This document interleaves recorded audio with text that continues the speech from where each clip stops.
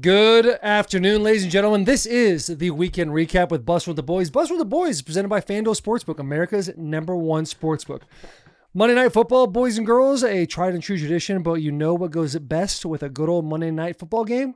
A crisp, cool, refreshing same-game parlay on the one and only FanDuel Sportsbook. Now, we've cooked up one for you guys, and I'm going to read it to you right now. That one's going to be George Pickens, anytime touchdown. Ooh. CeeDee Lamb, anytime touchdown. Dak Prescott, 225-plus passing yards. Jake Ferguson, 4+ receptions. That's a nice one, especially when the Dallas Cowboys are at home. I'm on it. But we also want to let you guys know that you don't need to cook. You don't need to just cook up your bets pregame and ride the wave. You can control the tide with live betting live with FanDuel. They're hooking up customers with a 30% live profit boost token on tonight's game. So you can bet the live spread, check out someone's live props, or even parlay CD 2+ catches, Javonte 5+ rush yards, and Cowboys to kick a field goal on a same game parlay drive. Like we said, hit FanDuel.com/bussin to download the app and play your game. That was a mouthful. That was a lot to take in right there. Yeah. Big weekend took place. A lot to break down. A lot of good, fun football to watch. A lot of fun, especially in the NFL games. College football, not so much. It was more just me getting ready to watch like the later slates. Obviously, USC, Nebraska, Michigan, Purdue, I was really excited about. I didn't get a whole lot of Oklahoma, Tennessee, and I think that was because of the dispute going on with ESPN and YouTube, and I had to bounce back and forth.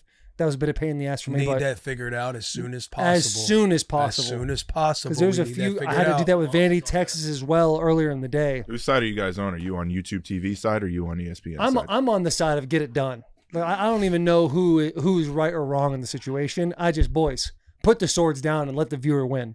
You're on the viewer side. You're on the customer side. Because we're all the people that kind of take the hit. It's like YouTube TV was offering like a $20 credit. ESPN wants it to go over on their app, which they do have the SEC, Monday Night Football, Yep. What else do they have that are like big? ABC, yeah. ESPN's just being a bunch of hold on, greedy corporate fat cats. Okay, all right. Everybody is. We're sitting back. We're watching like YouTube, Google, Disney. Everybody. We don't got to cut it. We just got to know that Mitch Carlsey said that, not Taylor Lewan, Will Compton. I get it. In the world of television, everyone's trying to make their money. But I know that a couple of years ago, I had cable. Will sat there and said, "Hey, you got to go on these streams. Like the streaming services are incredible. You get everything you want and more, and it's less expensive. All the things." And I'm like, "Bro, yes." I jump on, get rid of cable. Now the streaming service is kind of one where everyone's kind of got something. We're like, "Oh, I need that. I got to have this. What about that?" And it's way more expensive now. The streaming services have kind of won. Now we're getting to fall, which is a religion to all of us here. Every Saturday and Sunday, we want to sit down and watch our games. We want to make it easily accessible to watch the games. And there's a dispute going on. We got Montague's Capulet type of situation. I don't want that when it comes to us watching college football and NFL. Yeah. I just want to be able to watch the games. Because even if you say like go over on all the ESPN stuff, sometimes it's kind of hard to get back and forth on. Like sometimes when I'm ordering like a pay-per-view fight for UFC, I get confused on, hey, it seems like it's working. It seems like I also got to pay again or sign in. I thought I was already signed in. Mm-hmm. So I get confused on the ESPN app at times. Yeah. But if you're ESPN, you're leveraged up. You got all you got all this stuff. I don't know what the dispute is with the, what they're arguing back and forth on coming to a settlement on putting them on YouTube TV. But it's big business. Big business. Just it's above us. Taking advantage of all of us. We're all the victim. The customer becomes the victim because eventually, even if they come to an agreement, prices will be bumped up somewhere along the way. Whether it's on YouTube TV, whether it's getting everybody over on ESPN, it's all a game. We're pawns on the chessboard. I will say when it comes to the apps, I agree with you 100%. ESPN's a little harder to kind of maneuver and get around. YouTube TV seems like a dumb man's type of streaming service. Very easy. You pop it on. It's right there. You got all the games you want. You can get your multi-view setup you want, custom. It's very user-friendly. Being able to organize your YouTube TV lineup is the best thing. Money, baby. Put all like the other channels at the bottom. Sports, and if you have the app on YouTube TV, if you have the app on your phone as well, when you start to put in like what your favorite teams are, it'll tell you on your phone like scores and everything going on there as well. I don't know if ESPN does that. Yeah, they do that. but They've it done that just forever. seems like YouTube is easier for me to use. Yeah. I just want it to be easy. Like I'll pay for a package. Like I'll pay money for a package. I just want to sit down. I want to turn on the TV. As little buttons to press as possible. As little buttons to press as possible. Because last year it's like with NFL, when basically every kind of network or streaming service had a game, it's like, all right, that's getting confusing to me. Like, can we just have a one-stop shop to where, all the businesses, like they have all their wins and everything else. I just want to simply turn on the TV and watch a football game. Why don't we get all of those major corporations, just make one app, and you guys all get a nice little cut of the pie. What if we make an app? Yeah, we'll make an app. Host all the games. Yeah. Yeah. Bussin TV. Bussin TV. Yeah. Think about it. Think about it. I'm thinking about ways to get around to how we do it. I feel like we just got to find a few $1 billion, dude, and we can make. I feel like that's what they're all trying to do anyway. It's like they're trying to monopolize television. Like somebody's gonna be standing there in the end a decade or two from now with all the Disney bought this, Google bought that, Disney buys Google, Google buys Disney. Somebody's gonna be standing. It's gonna come down to Disney and Netflix. I feel like those are the two. Amazon. Don't sleep on Amazon. Oh my God. Now. You think so? Yeah, I mean, just because of who's behind it. Yeah. Like, yeah, Jeff Bezos. Billions. Yeah. If I'm betting on CEOs and founders, I'm probably betting on Bezos. Yeah. Fair enough. Do we want to get into college football? Do we want to start talking about our teams? Just to let people know, we'll break down college football first. Greg Olsen, he will be joining here in a little bit. Then we'll be talking about NFL football. A lot of games, a lot of things to break down. If you are watching, listening right now, just make sure you are subscribed to this channel. Helps the boys out a lot. Massive weekend of football. Chaos ensuing, and the Huskers were right there. They were right there. Shout out to boys. Hey, coming and locking in the foxhole with your boy on the stream. All black. Fun stream. We were blacked out. Dark mode with both Tennessee, dark mode with Nebraska, and we both just got kicked in the gut. We probably should have had the lights off in the stream room. Yeah, probably should have had the lights off in the stream room. Could have been the next thing. Do we want to talk about Tennessee first? Do you want to give the floor to Nebraska? Like, really, I'm here for you guys. It's like the problem is I don't know how long I'll talk about Nebraska, so I don't want to sit here. Hey, I know I just don't want to take people's time. At the end of the day, we lost. Our playoff hopes are gone. Our quarterback is injured. He's out for the season with a broken fibula. It was going so well until it just turned and it wasn't. Buddy, was. You could not have asked for a better first half. Like, I'm nervous going to that game because it's USC. They're a very high-powered offense. The blackout, everybody embracing the blackout, and I'll just say it right now, the blackout needs to happen every year. The blackout needs to be something that happens every year. People are kind of against it, saying no all white jerseys, no all black jerseys, yada yada. Dude, that atmosphere looked like one of the coolest atmospheres ever at Memorial Stadium. When we were sitting there watching it as the game was coming on, I just look over at Jack. I was like, I made a mistake not being at that game tonight. The way they painted the black end zones, just, dude, you could just feel the energy. The black balloons, the way that the Nebraska social team all week covered it, I think they knocked it out of the park. And even the traditionalists, people will be like, are the old heads, are they going to wear red? Or are they going to come in black? But just black from top to bottom, dude. Student section was there, shoulder to shoulder. All the boneyard was packed 2 hours before kickoff. Like, that atmosphere looked electric. And the football team came out and matched that intensity and matched that energy. Like, you come out, it's like we were taking the fight to USC. It was before the game was started. It's like, hey, 7 points we're gonna have to keep them 3 points, and you go into halftime 14-6, bro, and excited, like, yo, we look fucking good. We were getting gashed in the run game, but if you're sacrificing getting gashed in the run game, it's like, I would love to sit and watch the film, because I'm sure there's a lot of issues to sit there and correct, because we've been ran on a few times this year. But it's like, if we're sacrificing the run game and holding the 3 points and keeping Jordan, what's his? Makai Lemon. You're talking about the quarterback? Jordan Mailata? Yeah, Mailata. Yeah. But keeping that offense through the air where we had them, I want to say he had less than 200 yards on the night, and keeping those receivers, like, they are athletic, they're big. We were contesting balls. Like, the secondary showed the fuck up. And I was just so excited. I was like, yo, we look nice right now. We got to come out of halftime because we got the ball coming out of half. We had like 2 good first drives. And then USC's defense kind of showed up, was kind of stuffing us. But to get the half up 14-6 with the ball coming out, I mean, nothing but just keeping the energy. Was hot, gentlemen. God. Emmett Johnson. What do you have? 30? Do you have 38 touches? Almost. He almost had 30 carries. Once he hit 25 and scored, I'm like, we were saying it. He's got to touch the ball 30 times, and he was running pissed off.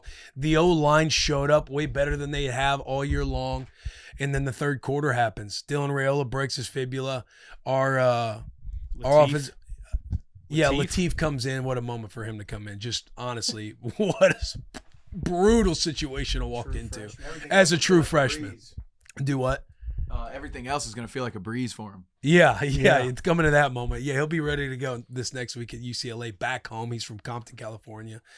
And then we lost Pritchett, our left tackle, which we've lost. You know, we were on our third offensive tackle with an inconsistent offensive line throughout the year. But the week before that, you lost your right tackle as well, correct? Yeah, lost our right tackle to an ACL. Then we lost Pritchett last week, big number 57. Damn. And the boys still kept fucking fighting, bro. They did. They kept fighting. And that's what I was excited about, because once the game ends, you know, the outpour of negativity ensues, right? And for the Husker fan base? There are some Husker fans that were negative, but there were some that like loved the fight. Like, you know, it was sadness. The word at the end of the game was sadness. Yeah. It wasn't disappointment. It wasn't all these other things. But for a lot of people, like I want to say there's one motherfucker over there at On 3, just immediately when the game ended, couldn't wait to put up Nebraska's record against top 25 teams, Matt Rule's record against top 25 teams. Like that stuff poured on us right away. But watching that game finish to end or beginning to end, like I was proud of the fight, but just sad on the way home. Stood outside, face was painted. There was a light rain coming down by that point of the night, and I just was looking up. I got out of the truck. The headlights were still on. They hadn't shut off yet, so I just stood in front of the headlights and just looked up to the sky and thought and just said out loud, one day we will win this whole fucking thing. Just not tonight. Just not tonight. Because that's where it seeps in. Playoffs are over.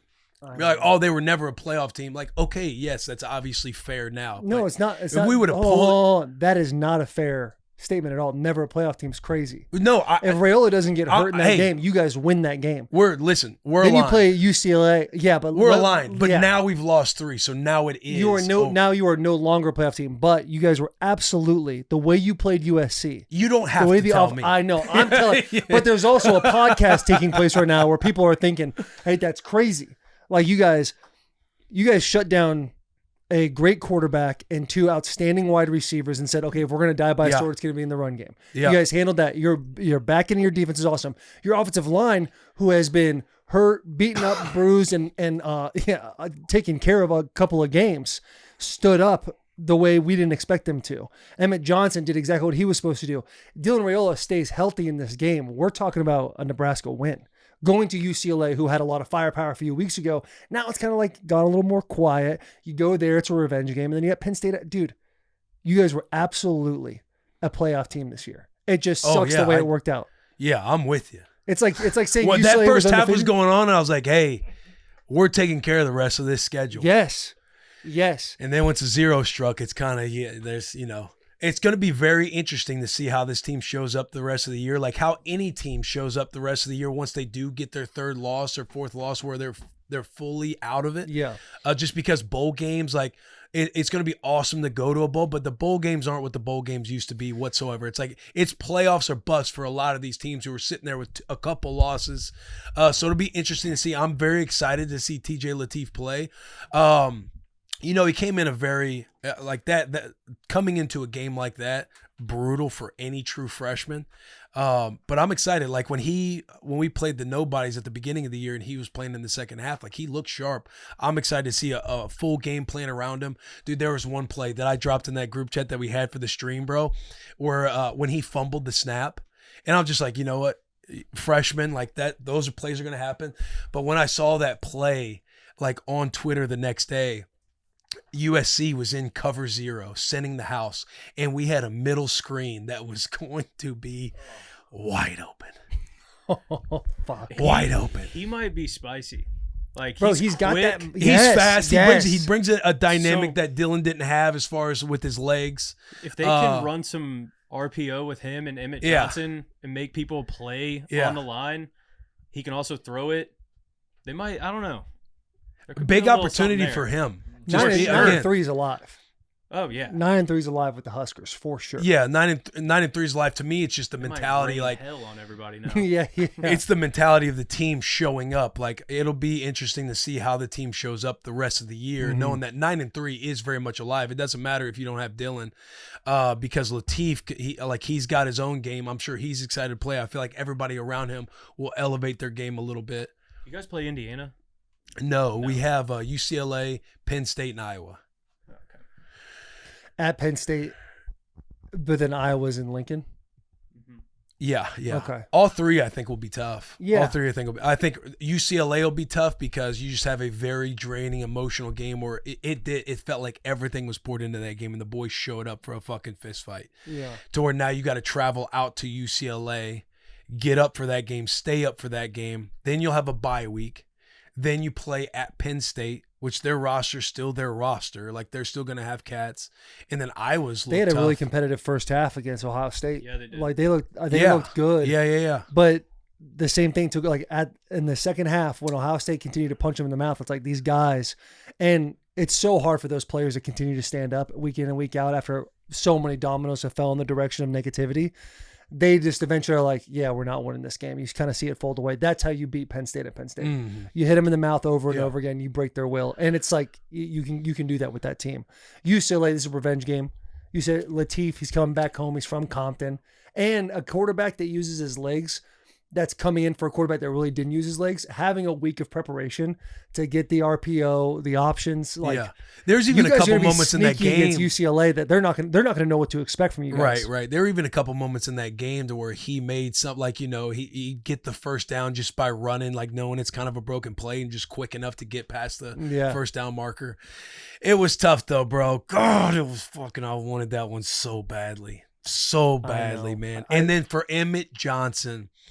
Unfortunately, trip on that 4th and 1. My heart broke for the young man because he was in that moment. He was putting that all on him. Yeah.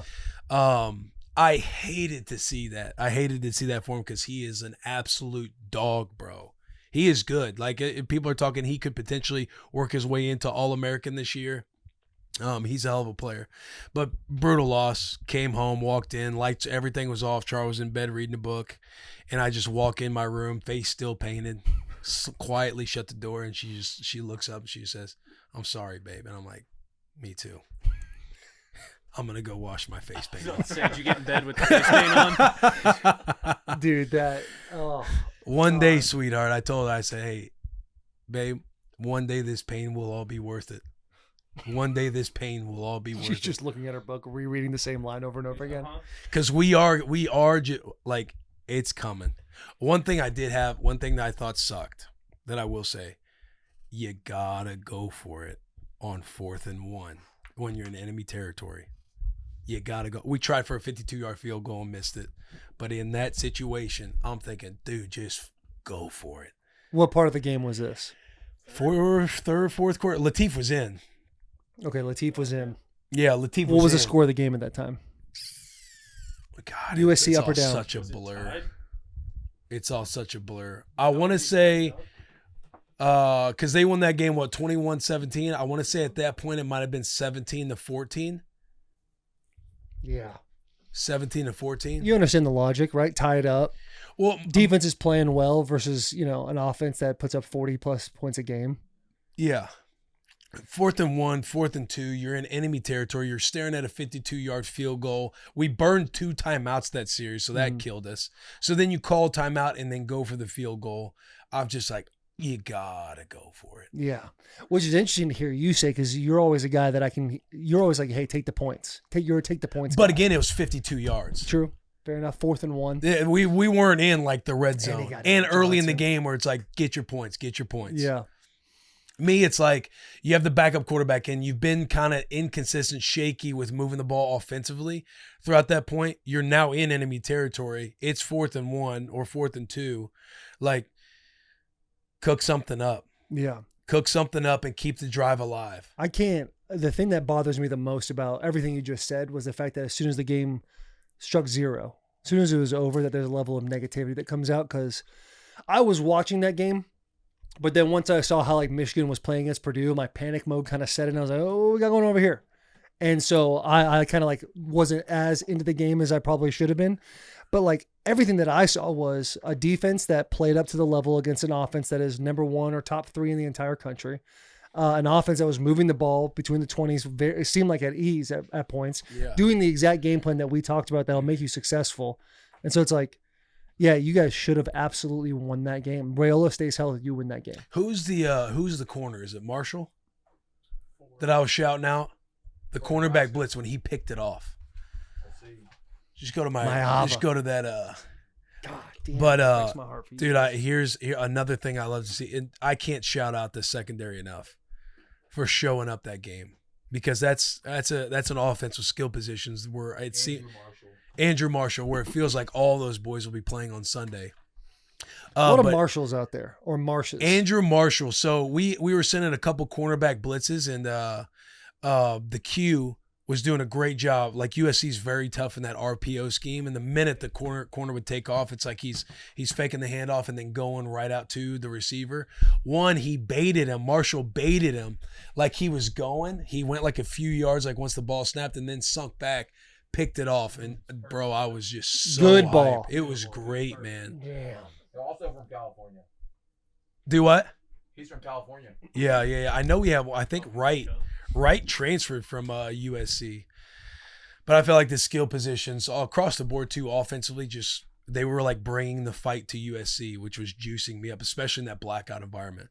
Yeah, blackout needs to happen more. That looks so awesome. They do the drones.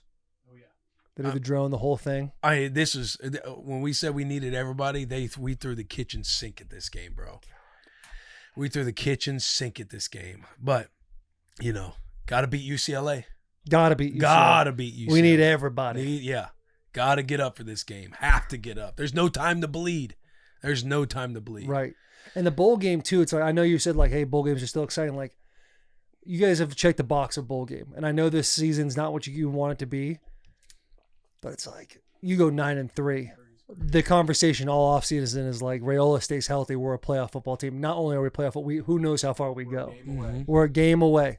And so that my question is more of like, I'll be curious what it seems like with the mentality of these teams when they are out of the college football playoff. Yeah. Not like they're going to quit. You're going to find out the culture of your team if they week. can keep inspired football, right. Continue to play inspired football. What do you got? I was just going to ask how the Michigan game went, because we didn't really watch a ton of it. Yeah, dude. But I didn't want to cut you off. Because we had the Nebraska game on. I want to say we had the World Series game on, and then we had Tennessee, Oklahoma on. Mm-hmm. And we're kind of keeping up with the Purdue Michigan game, and it seemed like Carolina. It was close the entire game. Yeah, it was close. Like the game. So the game for us was never like, it never felt like Purdue was going to like take the lead, and I thought that Michigan did a good job of, hey, coming out. You're playing against a secondary that's not very good. Let's get some more reps under Bryce's belt of like more complex passing schemes, throwing the ball a little bit more. And it was definitely a game where you sit there and you go, oh yeah, he's a freshman. And the thing that upsets me is like, we're now in week 9 and he's having these kind of, we're thrusting him into, hey, we need this quarterback to develop from a passing standpoint, but we waited till week 9 to really start having him throw the ball a lot. And I think our receiving core did a great job of getting open. I thought the offensive scheme was really good for this game as far as play calling goes, but Bryce unfortunately was just missing throws. He had one to McCulley, number 1, who he just missed. He beat his receiver. He had separation on that. There was a broken play. He rolled out to the right. There was Marsh in the back of the end zone. No one was around him. He decides to check it down, gets picked off.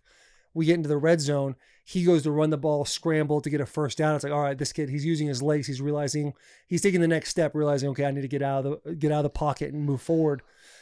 Ball gets hit as he's falling to the ground, goes into the back of the end zone, touchback for Purdue. So it was just one of those games you look at and it's like, you never make an excuse for winning. Like, hey, we won the game. That's exciting. Our hopes and dreams are still alive of making the playoffs. But you're just like, piece of me is like, man, I wish we would have threw them in the fire a little bit more against these New Mexicos, against these smaller schools, to where we get into these back half of these games where if we were going to play Ohio State competitively, because Ohio State, I watched the entire Penn State Ohio State game. Like, they're as complete of a team as there is in college football. And I know we've won them. They got aliens. And bro. the aliens, bro. After the ball's tipped, is that what you're talking about? Who's the other K? You got Jeremiah Smith. Cardinal Tate. God, bro, and dang, they did a thing on him before the game started about his mom getting shot in Chicago. And every time he gets a first down or a touchdown, he like kisses and puts this guy for his mom and how his mom was so supportive in his life. Then the kid continues to go off versus Penn State. Like, they have got a wrecking crew out there. And that saying kid, I tweeted out, I don't know if this kid's electric or he just has aliens around him, but he throws it, bro. He throws a beautiful football. So I'm watching all this and it's like, we won last year because Ryan Day's ego decided to be like, we're going to play the same game as Michigan. And they got punched in the mouth. Like that, they tried to run the ball against us and we just continue to keep it close that way. I don't see Ryan Day making that same mistake again. And we're going to need some sort of passing threat and able to continue to 5-game win streak. So I'm not going to apologize for winning. I think our defense is elite, especially when that Jayon Barsham kid, he's number one. He got hurt first series of the game. It's like an upper body injury. McCulley comes out with an injury. All of our tight ends were on our third string tight end. We're on our third and fourth string linebackers, except for that Ernest, the kid that transferred from Nebraska, who's a dog. And so, it's the bye week's coming out at the right time, but there's got to be another development of Bryce if we're going to go and, compete for a playoff spot. So who's left on the schedule? We got Northwestern at Wrigley Field. We've got Maryland and then Ohio State.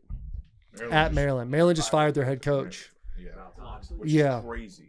Crazy. But the game itself, Jordan Marshall, Justice Haynes, he didn't play in the game. He ended up getting surgery. He's getting surgery. Who knows if he's going to be there for the Ohio State game or not. Marshall runs for 185. He has 180, maybe 165, 185 all-purpose yards.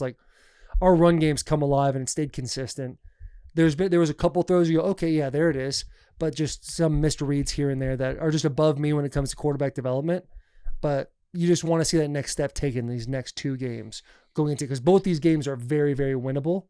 It's just about, can we show the development on the offensive side of the ball so we're not so one-dimensional? Because I think we have a championship caliber defense. Our defense is that good. It's just about getting this kid to, be who we think he is. And I think he is him. It was tough to watch this game and not walk away being like, damn, there's a couple throws here or there. He's just a freshman, man. So we'll see. Yeah, if you guys can get to Ohio State as a 2-loss team like that, it's like the crop of Michigan, Ohio State, but Indiana, Oregon, USC. Yeah. And Washington's ranked now, correct? I think they're 24. Yeah, they're ranked. Washington has to play Oregon still, and Washington always kind of does well against Oregon. There's a lot got to play take place Washington. in the Big Ten right now. Indiana. No. Oregon's already played Indiana. Yeah. But they still got to play Washington. They still got to play USC. It'll be fun. It'll be fun. This feels like it's going to be Ohio State and Indiana in the Big Ten championship. And then I don't know who wins that game. I think Ohio State wins that game. Yeah, right I think Ohio State wins the game. Ohio State, dude, their defense. I think they've the first 8 games they've held every team under 17 points. It's just so impressive. Yeah, their defense is for real. They are absolutely for real. Matt Patricia, incredible hire in the offseason when Knowles left to go to Penn State, which is crazy. And then you got the SEC now. SEC shaking or rattling the tree a little bit. Texas handling Vandy. And then Vandy having a spark of life coming back at the end. Yeah. But it seemed like a little referee love, huh? And dude, the 2-point was crazy, so nuts, man. Dude, and hey, the onside kick, bro. They literally almost had it. That would have been so sick. I know. Hands on the ball. If they would have came back that game, bro. It's nuts because Arch Manning. It's like, as much as things change, they stay the same. Like Texas is very much in it, and can be a team like in the playoffs. Game this way all year, bro. And just one thing, holding on. Just holding on, but also the offense kind of coming along. Like Arch Manning's had close to around 700 yards and 6 touchdowns in the last 2 games. Yeah. And I mean, say Vandy. Everyone says Vandy is not built to come back, and obviously they didn't come back enough to win this game. But they made it interesting at the end because they were getting blown out earlier, to where you see a lot of Twitter everyone's like, well, this game's over. Vandy's not built to come back. And Diego Pavia, man, something happened. Something's going on with the back end of that Texas defense because they just allowed things to happen. It'll be interesting. Everyone's kind of fighting for their life in the SEC. The ACC. But also, before we get off the SEC, I get having integrity and having some respect. But if you're up 4, dude, and this cover and the spread is 7.5 and you're on the 1 yard line, Georgia Bulldogs, I need you to score. Yeah. Gotta score. Yes, absolutely. If you're outside the 5 yard line, I get it. Take a knee. I get taking a knee. But you on the 1 yard line. Score. Take a knee and then score the next play. Right. Yeah. I don't care, but you got to score. And dude, Florida. I mean, they played a good game there. Georgia is just one of those teams that everyone refuses to look at. Everyone's like, Georgia's just over there. Ignore them. They just continue to win games. It's because they have all these like close games. Like, they just win. Yeah, I feel like they should have beat up on Florida a little bit more than what they did. Florida's got. I mean, the great question has never been Florida's roster. Like they have they're a really good team. It's just they can't for whatever reason put it together. Yeah. Yeah, but it's like nice. Take off that uniform and you put on like the Penn State uniform. Nobody talks about Penn State like that way. We might acknowledge that they still have a roster, but nobody's sitting there being like, "Hey, Penn State is still tough. They just haven't put it together." Mm-hmm. And people just continue to stomp on them down there. When you get beat by UCLA, it's kind of hard to defend Penn State. Yeah, but I mean, Florida. They got beat by Georgia. They got beat by. Have they played Ole Miss? I don't know. Like they've gotten beat by highly ranked teams. I mean, USF is not that. At the time, they were. UCLA at the time when they beat Penn State, they were like undefeated. Well, since they made their coaching change. No, I think that one game. I think that was the first then game. Then they went on a 3-game run. No, that was the first game. That UCLA started undefeated. Still undefeated with the new coach. No, yeah. What do we think about Florida? LSU. That's a fraudulent LSU team when they lost to them 20-10. They only scored 10 points. Yeah. Listen, the SEC is wild right now. This is where those conversations start to come in when it starts, like, and once it gets into the offseason, the Big Ten, SEC. I do think the SEC is deeper, but when we're getting to a point where it's like, hey, Florida's still a great football team. It's like, no, they're not. The SEC being deeper and Auburn, LSU, and Florida fired their head coaches. I know, bro. All these crazy. Jobs that are open now. Hey, Jack, what's the deal with Heupel coming up? Yeah, that's crazy. People people having the conversation about Heupel not being the guy. That's insane to me. That's just classic Tennessee Twitter rhetoric. Just fans that are frustrated and upset after. I mean, that could go down as one of his worst losses as his tenure. Obviously, he went to Oklahoma. That was a big prove-it game in Neyland, night mode. Supposed to shut down Mateer. He's running everywhere. We're run beating game ourselves everywhere. Around every corner we can. So many just small mistakes. They were giving them opportunities to score. We could have gone up 14-0 real quick in the first quarter. Have that fumble. Their guy tears a hammy, still puts 80 yards on the field, gets to the end zone. It was just that strip sack was wild. Max Gilbert misses a huge kick for us. Their kicker was on fire.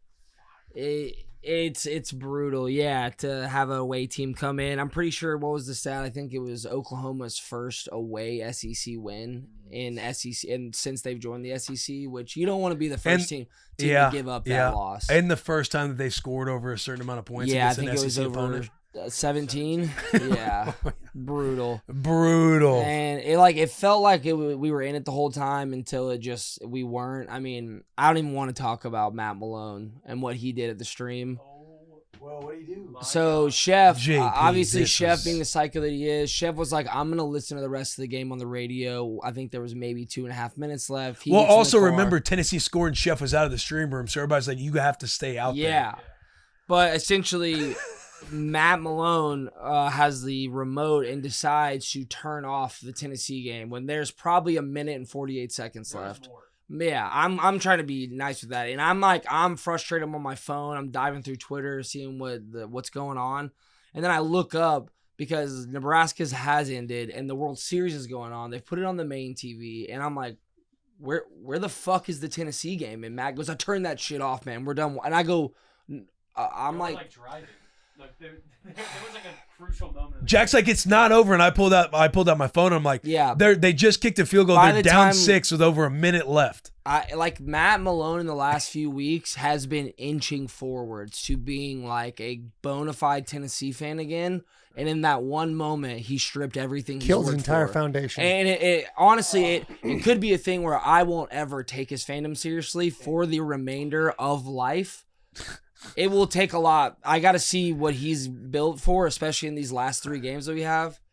I don't know. It was brutal. The atmosphere, in Neyland looked all time, just like you were saying about Nebraska. I thought the stream was so much fun. All the boys there, 2 blackout teams just getting their dick kicked in. Just in the foxhole together. Yeah, and, the hopes of a playoff berth are now over. And, the only thing I can look forward to is that the Titans and the Vols are both on the bye week this week. So big week for Jack. Thank big weekend. God.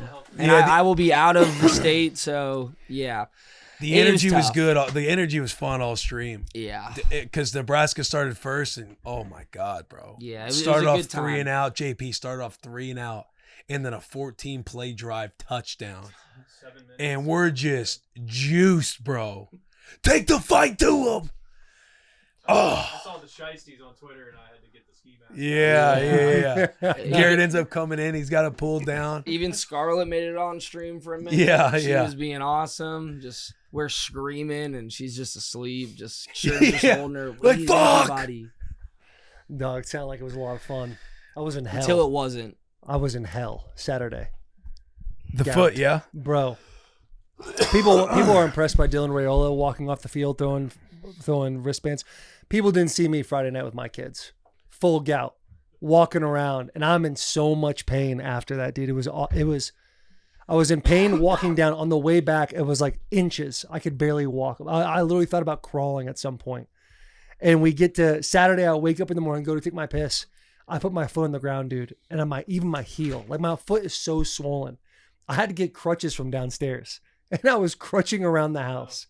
Elevated foot all day long, looking at the stream around 6 o'clock, like kind of jealous, like, man, I kind of want to go to that.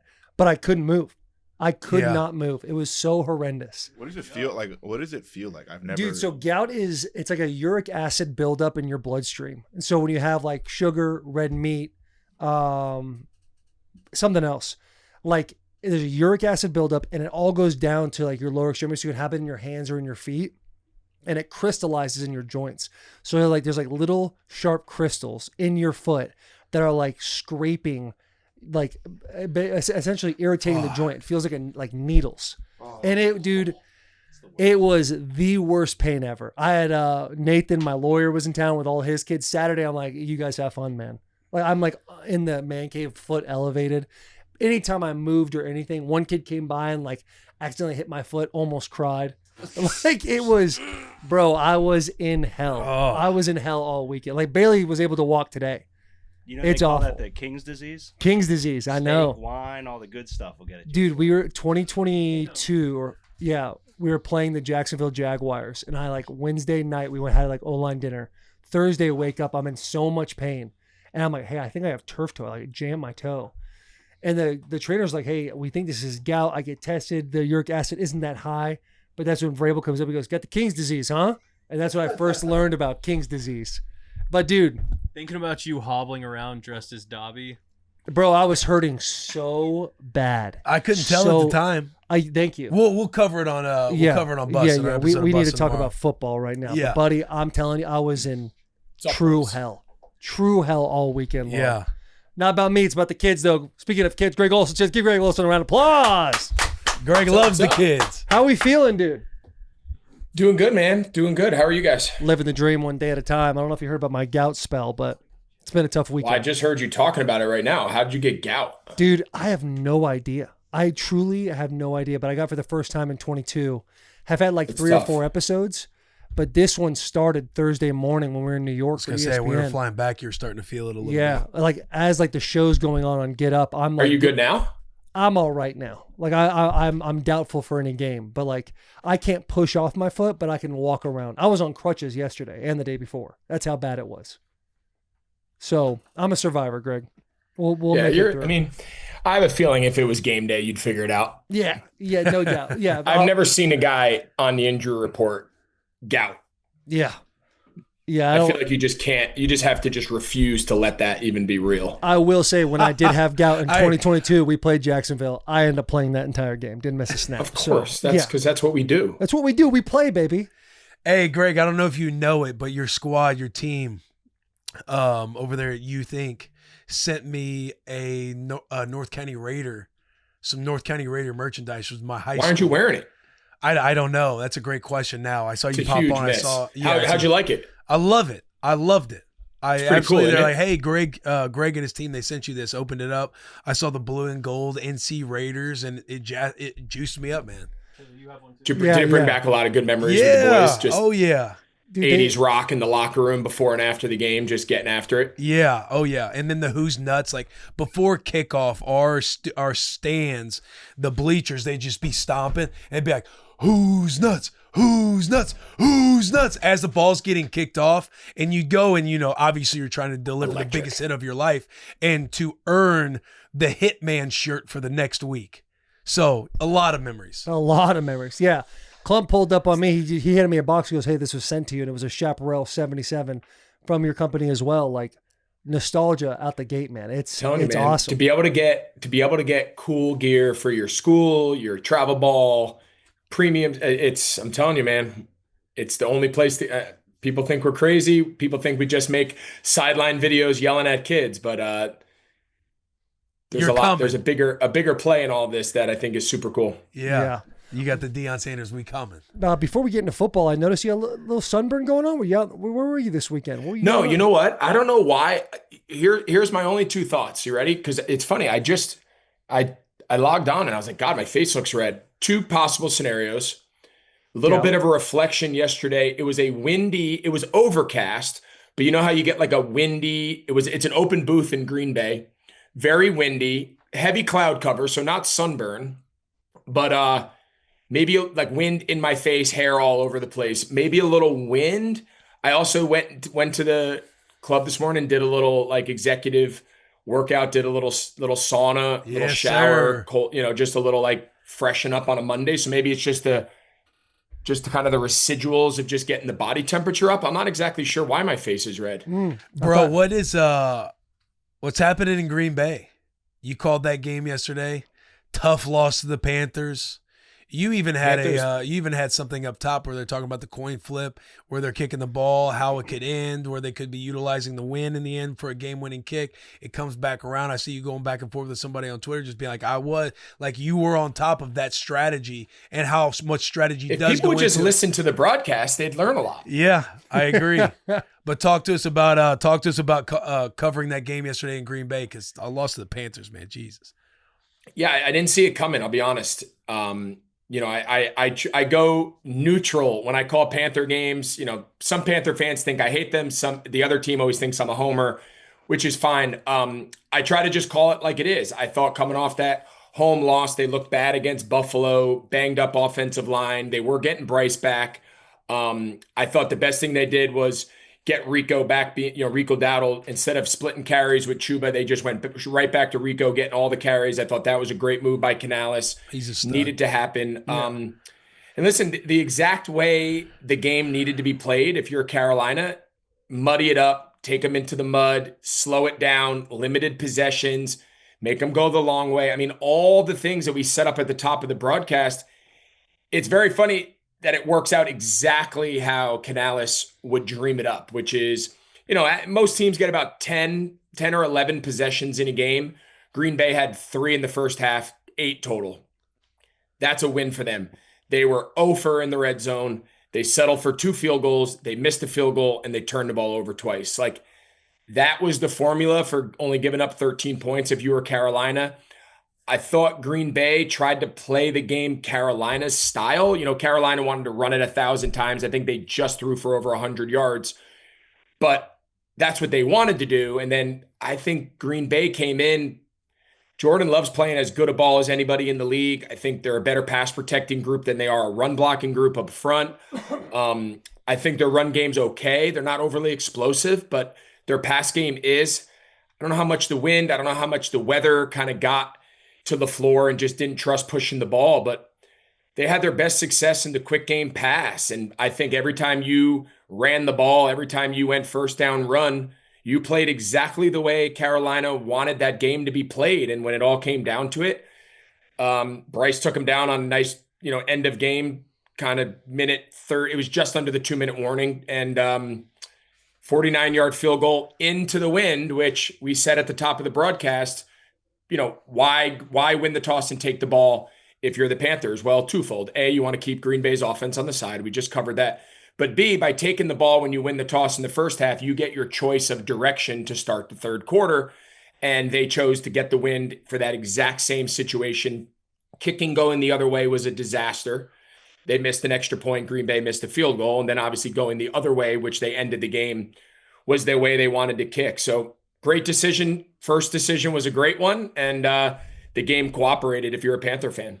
Yes, yesterday, Lions lose, Packers lose. Rams look incredible. Seattle looks incredible. Eagles on a bye week. You got a lot of these teams 2 and 3 losses. Before the weekend started, I'm sure all of us would have assumed it's like Lions look really good. Packers look really good. Dark horses were kind of the NFC West. Who would you have coming out of the NFC today to go to the Super Bowl? Yeah, 24 hours ago, Green Bay, Detroit, Philly, kind of the usual suspects there. After yesterday, I think Seattle's really good.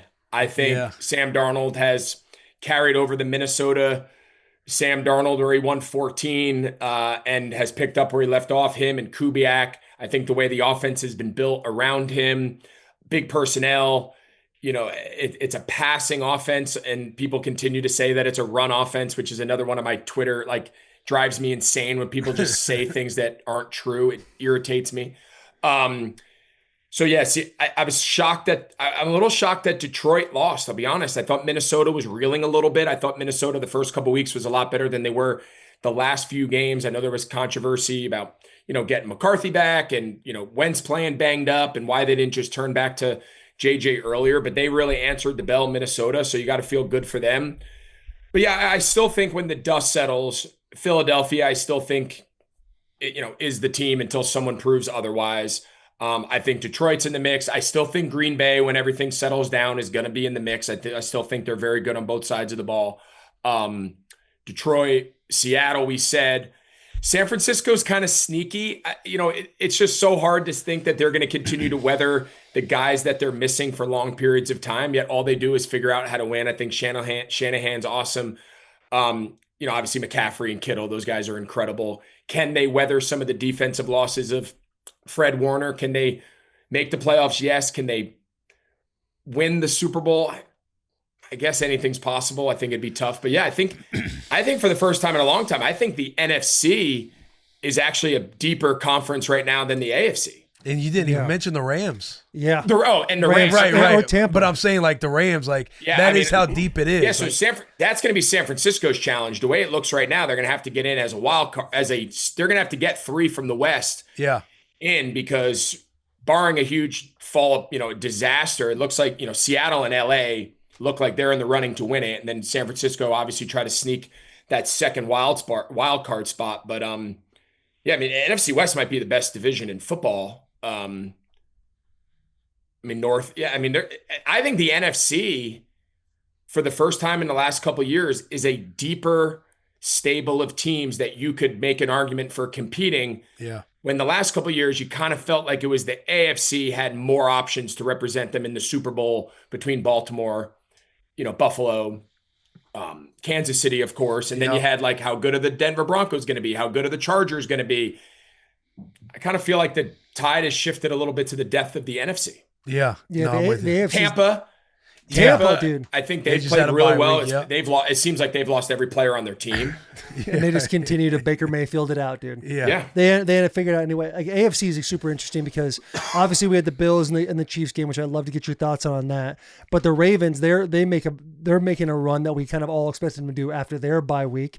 Then you got the Broncos, who are 7-2, just beat the Houston Texans in a defensive battle. So one can be said for both sides is like there's like 5 or 6 competitive teams on both sides. You can go, yeah, I can basically see any of these teams making it to the Super Bowl on either side.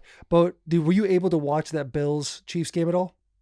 I wasn't. I was flying back. I followed some of the game cast and on the plane. I saw some of the highlights. From what I've kind of gathered, the score actually wasn't even really indicative of how the game played out. Dude. I don't know if you guys would agree with that. That's kind of the gist that I'm getting from the follow-up. If there was a different team playing the Bills, when you're watching that game, you would think it's over. The only thing that kept your heart in it was knowing that Patrick Mahomes is on the other side and truly anything can happen. They had a 2-minute at the end. I think they had like 45 seconds, and in 3 plays, dice them up, get all the way down the field. Well, either way, still a setup Mahomes, Allen, Bills, Chiefs rivalry game to where they're up 7 and Mahomes has the ball with about 6 minutes left. Yeah. And then he ends up throwing a pick around the 4-minute mark, in between 4 and 5 minutes. But it was a juicy game there at the end, but it felt like the Bills, the whole theme of this episode for me has been taking the fight to them, but it does feel like the Bills kind of took the fight to the Chiefs out in Bills Mafia land. Right. Because the Chiefs defense do such a great job against the run. The Chiefs defense in general just are very, very good, but Bills, what they do, they lined up under center, they ran the ball, and every run they had, they set up a play action off of that run that was successful. So they had the Chiefs defense guessing. Some rap leads gashing them, Greg. You'd love it. You love that film. Greg's not big in the run game. You heard the way he was talking a couple weeks ago. Hates the run game. He thinks the numbers in the run game are ridiculous. Let's talk about the run game. I've been looking forward to getting on with you guys because Will teased me last week. Not teased me, but like teased that we were going to talk about some of these bigger concepts. The run game is super valuable.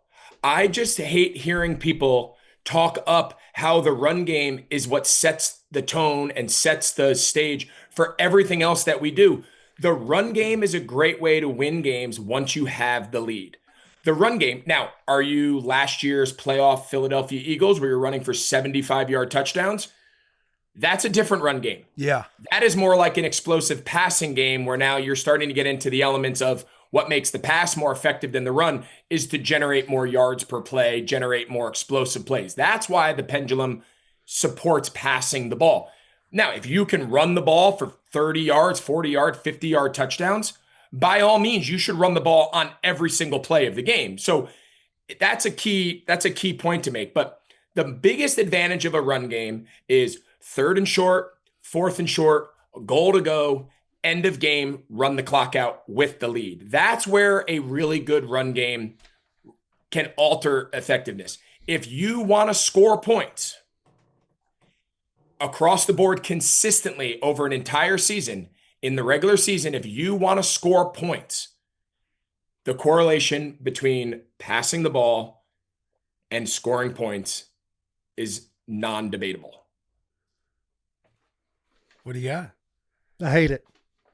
I think, I agree with you that obviously passing the ball is going to correlate to more points. However, if you're a team like the Buffalo Bills and you have Josh Allen, who the last couple of weeks has been like a little iffy in his pass game, they haven't been consistent of marrying the run to the pass. To me, as an offensive lineman, a guy that wants to see a lot of balance, because I think balance plays a lot really well, especially when you get into November and December. When you run the football effectively and you have play action passes off of it, it is way better for longevity of scoring consistently. And I don't know numbers. You're probably pulling something up. I'm just saying, if you can win first down, right, by running the ball by four or more yards, he starts looking over and he starts doing this. I'm like, shit, he's going to bring up numbers on my ass. No, I'm just, if you can do that, go ahead. I'll make my point after. If you can run outside zone to the left, right, and you run that play effectively, then if you're doing that, now all of a sudden you have linebackers flowing to the left side and you're pulling the ball. You have a bootleg. There's so much more open on the right side of the ball, the right side of the line of scrimmage. So I just think when you're able to run effectively, it opens up so much more in the pass game, which gets you down the field. And then if you run the ball effectively, then the 3rd and short, 4th and 1s, goal to goes, that is going to open itself up as well. Taylor's like, if you could run outside zone to the left and you have Taylor Lewan and Roger Saffold and you have Derrick Henry in the backfield, Ryan Tannehill under center and AJ Brown on the outside, and you can successfully you can win run the I would run the ball there too. Listen, no. I'm not okay. If you run the ball to the right, whatever. I'm just saying if you're able to run plays that you can set up play action off of to get your shots, especially when you hit the middle of the field. That is a recipe for success, especially when you're under center. Quarterback puts his back to the defense, or the defense now has to second guess over and over again. If they're in a cover 2, those linebackers are going to start cheating up a little bit. It leads a lot more holes in the middle of that defense. That's the kind of offense I love, as opposed to just pass first always. Oh, I'm not saying I don't listen. You're not going to find a bigger supporter of under center, heavy personnel, 12, 13, under center, play action, turn your back to the defense, pass game than me. I think, and again, we're not talking about Washington, but I think what Washington, and I hate seeing Jaden Daniels get hurt, but that was an awful scene. But just because we watched them play last night, playing in the shotgun pass, it doesn't work. It is virtually an impossible strategy. You're seeing Jalen Hurts now get more under center. You're seeing Josh Allen get more under center. You're seeing Patrick Mahomes, guys that have played almost exclusively from the gun for the bulk of their careers, are now getting under center, turning their back, because we all know play action is the most efficient and effective pass play, especially on first and second down. I'm not disputing any of that, but let's take Seattle last night. Okay. They are playing in 12 and 13. They run the fewest amount of 11 personnel. So they have 3 receivers on the field at one of the lowest, if not the lowest rate in the entire league. Okay, so the assumption is that, okay, people are so scared of their run game, they're playing heavy boxes, which they are. They're playing big base people, which makes sense when you bring out 2, 3 tight ends. And what does Seattle do to you? They throw the ball. He's 14 for 14, 15 for 15, whatever he is, for 280 and 4 touchdowns at halftime. Do you know how many yards per carry for the season the Seattle Seahawks average on the ground? Tell me. 5. 3.8 yards a carry. It's not great. So I ask why. Now listen, my point is what they're doing is exactly, if I was a coordinator, what I would do. The question I have has nothing to do with Seattle. I give them all the credit in the world.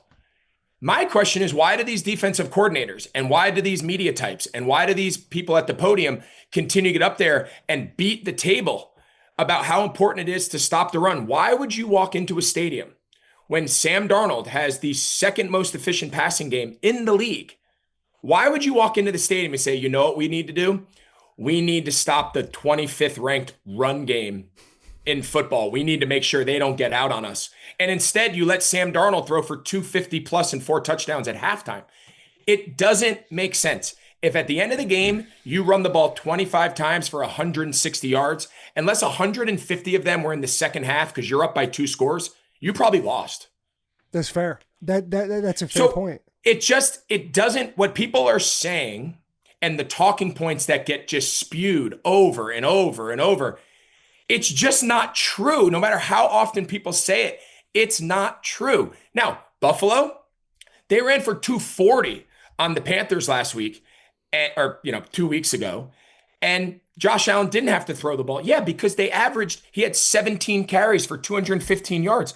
Of course you should keep handing the ball to James Cook. But that's not being an efficient run game at 3.5, 4 yards a carry, and people are going, oh my God, we can't let him go down our throat. Do you think that either team yesterday in the Green Bay Carolina game cared how much both teams wanted to run the ball at each other? And the final score was 16-13. Yeah. Yeah, no, that's fair. You just can't score any points unless you're going to score 50-yard rushing touchdowns. If you do, hand it to Saquon every play, and I'll be the biggest cheerleader out there. But that's not the reality of the league. Like, most teams don't have Derrick Henry and Saquon and guys that are going to take 50-yard touchdowns week in and week out. It's just not the way the league works. And that's just the way the modern game is being played. This is the last thing I'll say. Rushing attempts are not up across the league because offenses have come to the realization that, it's in my best interest to score more points. I should run the ball more. It's because defensive coordinators, by and large, especially the really good teams, are saying, you know what? I'm going to play two high shell. I'm going to play nickel to base. I'm going to play light boxes. Run at me 40 times. Great. You're going to have less possessions. I'm going to fight my ass off to get a turnover or two and kick a field goal or two in the red zone. And at the end of the game, you might score 20 points. And if I have a halfway decent offense, I'm going to score more than 20 and we're going to win.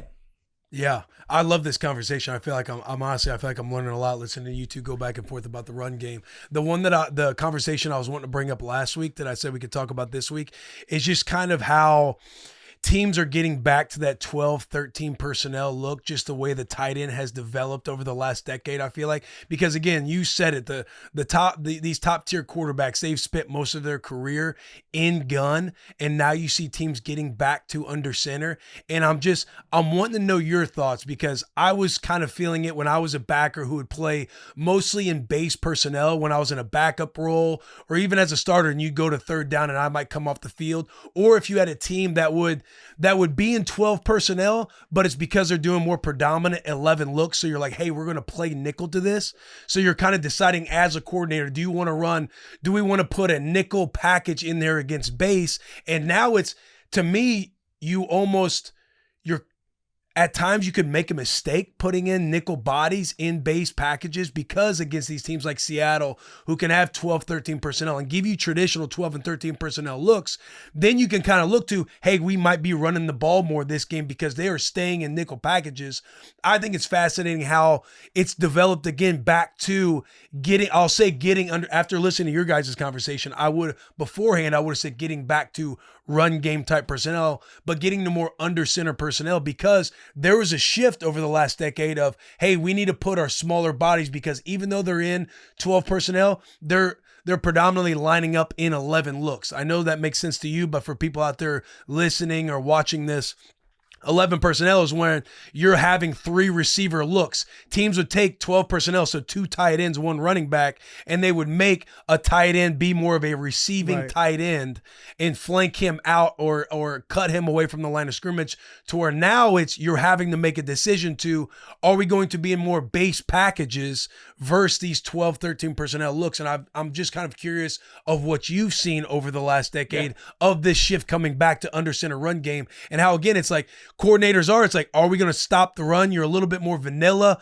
when you're in base packages, because you've spent most of the last decade or so, 15 years, building out a lot more complex nickel dime packages, to where it's like, hey, now we're going to make the call. Are we going to play base to this 12, 13 personnel team? Because a lot of these 12, 13 personnel teams like Seattle is having a lot of success just being under center now and looking more old school. Yeah. So, and I can give you again, when it first kind of dawned on me, but everything you're saying is where the conversation needs to start going towards, because what you're saying is 100% what's happening. The 2022 season, that playoffs, we called the Super Bowl. We had Detroit and San Francisco in one of the playoff games. I don't remember, maybe the divisional round, or I can't remember exactly what round of the playoffs it was. And the conversation back then was San Francisco was so good in 21 personnel. Okay. So they had 2 receivers, they had McCaffrey, Kittle, and Juszczyk. And they could be in 11 type plays because of the flexibility of McCaffrey and Juszczyk and Kittle. They could be in 12 type, so 2 tight end type stuff because of Juszczyk and Kittle. And it was putting a lot of pressure on defenses. And one of the big issues that the Lions were having that year was matching those base personnel looks. And we said at the top of that broadcast, this was 3 years ago, that Aaron Glenn at the time was the coordinator, that if I was running the Detroit Lions defense, that they should not worry about personnel at all. And they should only play down and distance. On 1st and 10, the tendencies of the Shanahan offense was under center play action pass. So play under center play action pass. If they hand the ball off and get 7 yards, so be it.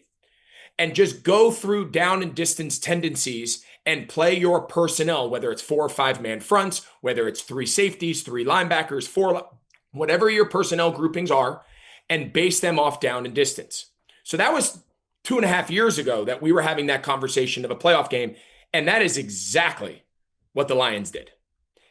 Anyway, fast forward to today. The conversation that needs to be had is, why do the Rams play almost exclusively 11, yet are very good at running the ball? And the answer is because they build 11 personnel groupings. You play me in nickel, and I'm going to line up in tight condensed splits with, in the old days, Cooper Kupp. Nowadays, it's Puka Nacua and company. And those guys are good edge blockers. I'm going to add gaps to the run game that now all of these defensive backs, 5, 6 defensive backs in nickel and dime, have to fit the run. And I'm going to get all those big bodies off the field because you're going to match nickel against my 11. And I'm going to run the ball at you in first and second down. And then all of my play pass stuff looks exactly like that because the way McVay builds it. Now flip it to last night with Seattle. They're doing the opposite. They're bringing big bodies onto the field under the assumption that you're going to match me with big bodies, and I'm going to make you go big to throw it. And LA is trying to make you go small to run it. And that's the starting point of everything they're trying to do. They are manipulating the personnel groupings you bring on the field, and then they're going to play the game accordingly. That's why, if I was running defenses, I would match things more often than not on tendencies of down and distance, where I don't care if you come out in 12 personnel. If I know you're a 1st and 10 pass team, I'm going to play 1st and 10, 2 high safeties, and if you run it, you run it.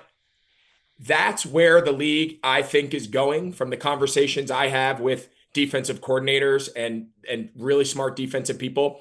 That's the indications that they're giving me. If you don't give up explosive runs, which teams are now starting to realize, putting more guys at the 1st and 2nd level, actually on a play-by-play better, you'll like this, Will, like on a play-by-play basis, defenses will support the run better in 8-man spacing, 5-3 spacing, 4-4 spacing, like more 1st and 2nd level defenders. But what we're finding is against Derrick Henry and Saquon Barkley and those kind of backs, the explosive runs are happening against single high coverage because once that play pops through, it's gone. Yeah. So teams are going, you know what, I might give up 5 or 6, but I'm not going to give up 50. I'm going to put a net. I'm going to play everything from high to low. I might be light at the line of scrimmage, but that's okay. And I'm not going to let you run the ball for 40-plus yard plays and chunk me to death in the run game. That's a problem. The good teams are all doing that. The bend but don't break, make you go the length of the field, make you snap it again. I could get a sack. I could get a holding call. I could get a false start.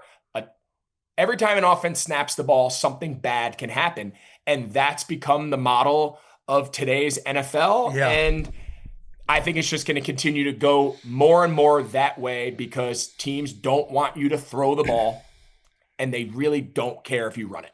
Yeah, we could talk about this all day long. I just think it's so fascinating because, again, you brought up the Rams and the way that they're able to run the ball in 11 personnel, because usually, again, when you're going nickel bodies, back in the day, the nickel wouldn't be coming in. It had to be very savvy in the run game. It's like, hey, you're going to have the B gap on this snap. They're only going to run it a few different times. Winfield.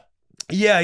Hey, it's 12 personnel. The Mike's going to call it this way because he's so physical. That's a different animal. Yeah. And also, even in the bigger personnel, so take the Buffalo Bills for example, like the development of the linebacker over the course of the decade has gotten more athletic, faster, maybe a little smaller and leaner. And if you take the Buffalo Bills second level, they're a little light in the ass. So when you're going against these 12, 13 personnel teams, it's where you could struggle in the run game because you don't have bigger bodies, and then you get caught between a rock and a hard place on, when you hit free agency or what you're trying to stop or eliminate. Do you get bigger bodies now? It's just been fascinating to see these offenses adapt year in and year out to the personnel. It's like, again, we've been a little bit more run heavy in the gun. Pass games opened up because bigger bodies have been out there. Now we're making teams go nickel. Hey, now we've learned that if we go 12 personnel, we have very athletic tight ends. He could block at times. He could be a receiving threat. Now they're a lighter in the ass across the second level, lining up against 12, 13 personnel. Now we're able to run the football more because the second level is now lighter because of how defenses has had to adapt over the last decade to a passing threat offense. This is what I just sit back and think about. And I'll give you another one that's super timely. Buffalo. They play a ton of 13, so 3 tight ends. They get Knox, Kincaid, and then the rookie. They don't do as much 12 as you would think with Knox and Kincaid, because when they go 12 with Knox and Kincaid, what defense what defense do they bring out? What personnel group? Nickel. They play nickel. So you lose all of your advantage, and Kincaid isn't really going to gain that advantage back. So to be an early down passing team out of 12, Buffalo has said, you know what? That doesn't really do anything for us. But you know what does get you in base and does get a lot of big bodies on the field? 13. Yeah. And then you know who my Z receiver in essence is? Dalton Kincaid. So now I have Kincaid. I have my X, whichever receiver they leave on the field, depending on the play. And then Dawson Knox is like the F, and then the rookie is the big Y. He's like the on the ball true tight end. They could line up in double wing and run it down your throat, or what they like to do is they can spread you out and they can throw it because they feel like that's the one personnel grouping. Right. They are getting a pass advantage because they're not great on the outside. They're not dominant at the outside receivers. So they're doing it with screen games to Shakir, and they're doing it with play action pass to the tight ends, and obviously James Cook in the run game and the screen game. So it's another great example of Buffalo and Joe Brady being really intelligent of how do I get big bodies on the field when I want to throw it, and how do I get more little bodies on the field when I want to run it? Right. That's what everyone's doing. And if you match personnel, you're as a defense, you are now at the mercy of the offense. Right. They're dictating to you who's on the field. And making the secondary, even especially corners, like play savvy in the run game enough to mess with their eyes and hit them on these play action passes. Of course. And again, without getting into the weeds too complicated on all this, but this is where the McVay, Shanahan, wide receiver, pre-snap, jet motion, and all that stuff that everyone looks at and goes, man, it's to distract the linebackers. It's not distracting the linebackers. This is not middle school football where you send a guy in motion and all 11 guys on defense watch him go. It changes the run fits. Yeah. It changes now that backside nickel, who's an edge player off the slot, all of a sudden that guy goes in fast motion. He's now the backside B-gap player. Yeah. And we're running wind back inside zone, and he's at the point of attack now. And the front side linebacker, who's Will Compton, he's your run player. He just got bumped to the edge because now it's a 3-by-1 formation, and he's got to play outside the box, and he can't make the tackle. Like, that's what's going on in all of this. And it's a hard thing to get across in the broadcast because the timing, and it's a little in-depth, but it is a fascinating evolution of offensive football, the way that it's being played nowadays. Because again, even the defensive back, like just the inexperience of playing very detailed in the run game, you get them to pat their feet just for a second, and the gap's going to move, or you're going to get the body on them eventually. And just that little bit of, or enough inexperience to where, hey, you're putting them in a very much a run conflict situation to where that's all you need to pop an explosive play. Let me ask you this. You guys brought up the Bills and the 13 personnel. That's the only way to get these defenses to go into base. If you are a defense coordinator game planning against the Buffalo Bills, how are you playing their tendencies? This is for both of you. Oh, sorry. I guess it depends what my team is, right? Yeah. I guess I would have to look at my personnel and say, right, so what's been the advantage of the Eagles over the last couple of years? It's twofold, right? So as I'm building it, if I put my defensive coordinator hat on here, my first question is, how good is my offense? And if I say my offense is a 25 or more points per game, maybe we're even closer to 28, I'm sitting there saying, I don't give a shit how much you run the ball on me. You're not going to score 28, 30 points a game doing that. I'm going to play high shells. I'm going to control the front. I'm going to control the run game with my front. That's been Philadelphia for the last couple of years, right? That's Vic Fangio's kind of touch on NFL defenses over the last decade is high shells, everything from the top down, be really dominant at one or two spots in the defensive line, and those guys control the game. And now my back seven are all pass first, run second, downhill, run and chase players.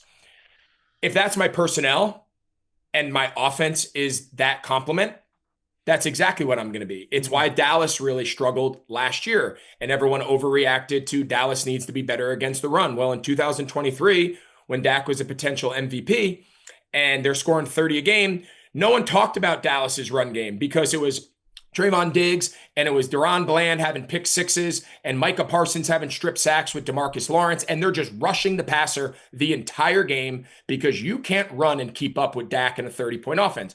Dak gets hurt. All of a sudden, the passing game goes to shit, and it turns into the Rico Dowdle run game. Well, all of a sudden now we're playing a lot lower scoring games as a result because I'm not chasing Dallas anymore. And I can run the ball for 4 quarters. And all of a sudden now the weakness of the smaller bodies, the lighter bodies, the way Dallas built that defense over the years to complement a 30-point offense has now completely broken down. So I guess to answer your question, how good's my offense? Am I playing low 20s, high teens games, or am I making this a race to 30? That changes my decisions drastically. And then do I have 1 or 2 interior defensive linemen that are just an absolute game wrecker that I can hold the front? And you might get me here and there, but at the end you ran 22 times for 85 yards. I'm fine with that. That doesn't bother me. So there's some nuance to how I would play, but generally speaking, that would be my approach. Yeah, and just understanding your back seven. Like, again, it's like if you're sitting there stuck between a rock and a hard place on, are we going to go bigger personnel this game or not? Well, if we're going to go an extra backer here, number one, is he detailed enough in the pass game to where he can run and play in space? And if not, do you have a secondary level guy or a defensive back guy who can play in the run game and be like, all right, we'll give up some in the run, but we really need this guy in the back end to eliminate some of the explosives through the air. So it all depends, and it's just fascinating to watch this game continue to adapt, a few years at a time, and then see teams go after certain body types. Like, again, even when the tight end was becoming more of a receiving threat with all these very athletic tight ends, Jordan Reed was one of them for us, to where you're trying to get teams more out in space. But anytime you knew Jordan Reed was in the game, let's just say he was number 85. If you knew 85 was in the game, you're going to put lighter personnel out there because 90% of the time they're going to throw a pass because it's Jordan Reed. Right. Versus if you got Logan Paulson, 82, who's a blocking tight end, now you're just seeing these semi-positions become just super athletic, like these freaks that they're finding that can kind of do both things. Yeah. To Greg's point with Buffalo, where you could put 13 out there and Kincaid can play the X or play a receiver. So it's what this is football porn. It is so interesting. Yeah, this is. It's what they tried to do with Kyle Pitts in Atlanta with Arthur Smith. Yeah. Yes, great example. It's the exact same thing. The problem was early in his career, and I haven't had an Atlanta game this year, so I don't want to make a blanket observation because I haven't watched Kyle play this year. But obviously, freak athlete, wide receiver type, body type, skills, ability to move. I mean, he's a rare dude to have TE next to his name. The problem was they played him as a Z receiver, and you lose a little bit of your matchup, right? Like, the best thing for me in my career, I'll just speak about myself. It's easier than judging other guys. Early in my career, when I came out, when we went 2 tight ends in Chicago, Desmond Clark, who was the other tight end with me, the vet, he was the Y. He was the true tight end, and I was the F. I was in the slot. I was the third receiver. That was never my game. I was not comfortable out there. I didn't want to run choice routes. I didn't want to run underneath. Like, that was not who I was. The best thing for my career was playing the Y, because I was the Y, whether it was 12, 11, 13, 21, it didn't matter. I was the Y. So my matchups were linebackers and safeties. I was in the run game, so I was in the game every single snap. So there was no tendencies. Hey, Olsen's in the game, let's play nickel pass. Olsen's not in the game, we can play run. Like, when you can play every down and you don't have to be so predictable in your personnel groupings based on your tendencies, right? That was the best thing that ever happened to me. If I had to play early in my career when Charles Woodson was in Green Bay, Don Capers was the D coordinator, and then I forget who took over for him. My rookie year, we're breaking the huddle, and I got Charles Woodson guarding me in the slot. They made him like a dime linebacker. So, I mean, this was 15 years ago. Yeah. And they made him the dime linebacker. They played 2 high safeties. He, in essence, became the other nickel. And he would play me 2-man in the slot. And he was a Hall of Famer. And I was in my first and second year. That was a bad matchup for me. I'm saying, put me back in the box. I want to run routes against linebackers, and I don't want to guard I don't want a Hall of Fame defensive back who's a corner now at this part playing safety.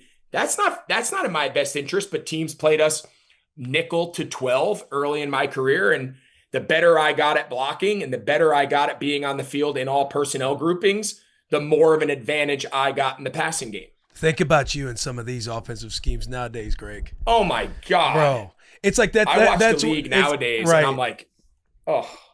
And just seeing how much offenses have grown schematically, the thought process, utilizing the personnel. Like that's why George Kittle is such a beast, because he's somebody who can be a true Y. He can block, he can receive, versus like a Travis Kelce, to where you'll have that extra tight end in there, maybe to give some disguise, and you kind of got some freaks around him on the outside to where you can still be in the gun at times. He's more of a pass savvy tight end. But like yourself, Greg, like Kittle, Gronk.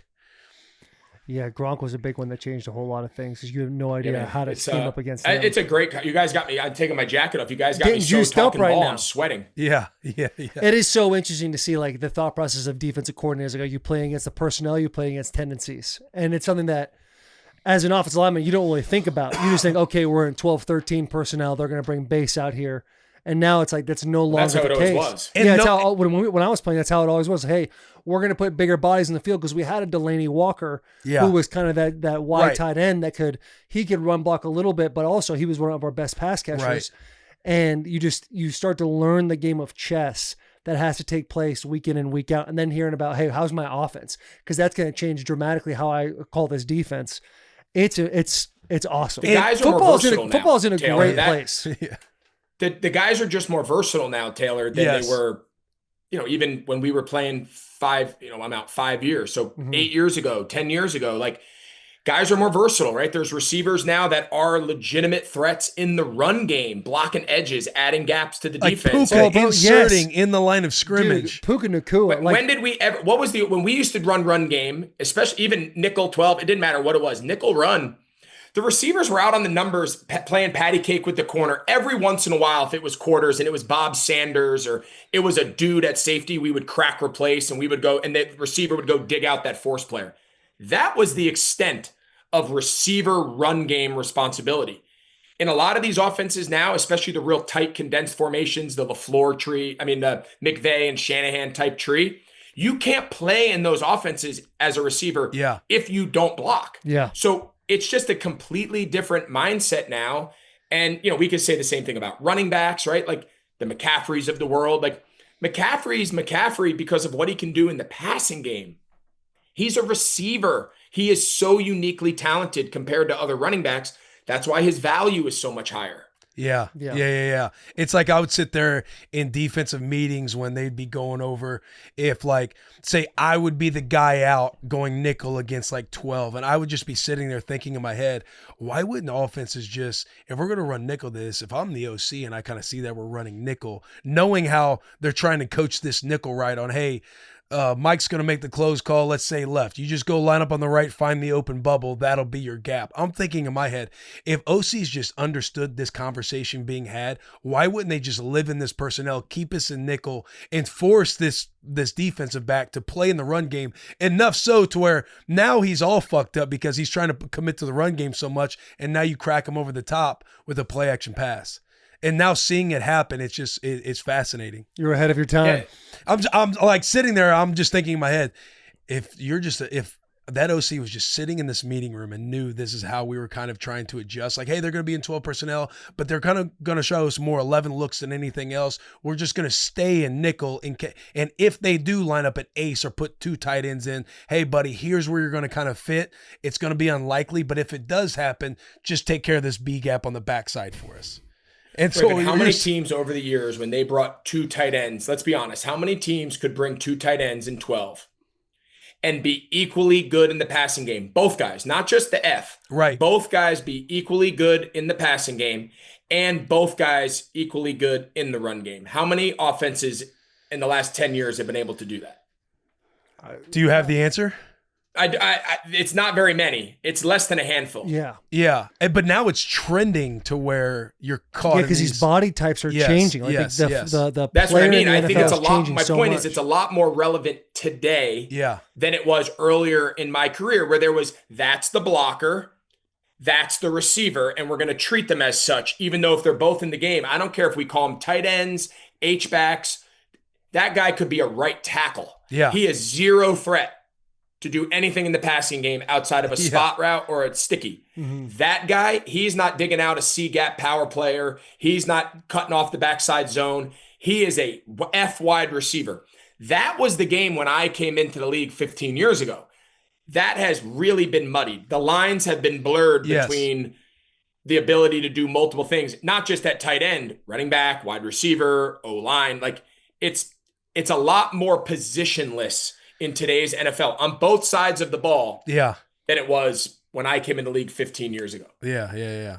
God, I love this, boys. Yeah. This juiced me up. We're the tight end. How many 270-pound 3-4 linebackers play in the league anymore? Levon Kirkland and those Pittsburgh Steelers. It's like you see guys bubble. every now and then. It's like Nick Bolton. Like that's somebody who is thick and will knock your dick in the dirt, but he can also run and play in space. Yes. Because who's the who's even the guy him? How much do you think he weighs? 240? Maybe. Yeah. 245? But when I came in the league, he's like 6'1", he's a little shorter, especially right? if you were a 3-4 like all those AFC North teams, the Steelers and the Ravens. I mean, when I first came in the league, 3-4 base linebackers were 260 pounds. Yeah. Nose guards in 3-4 were 350. Yeah. And then they would walk off the field and you would go nickel and they would the lines being blurred between you're a 3 technique, you're a nose, sure, you're a Mike or a Will. I don't know. Everyone kind of looks the same body type wise.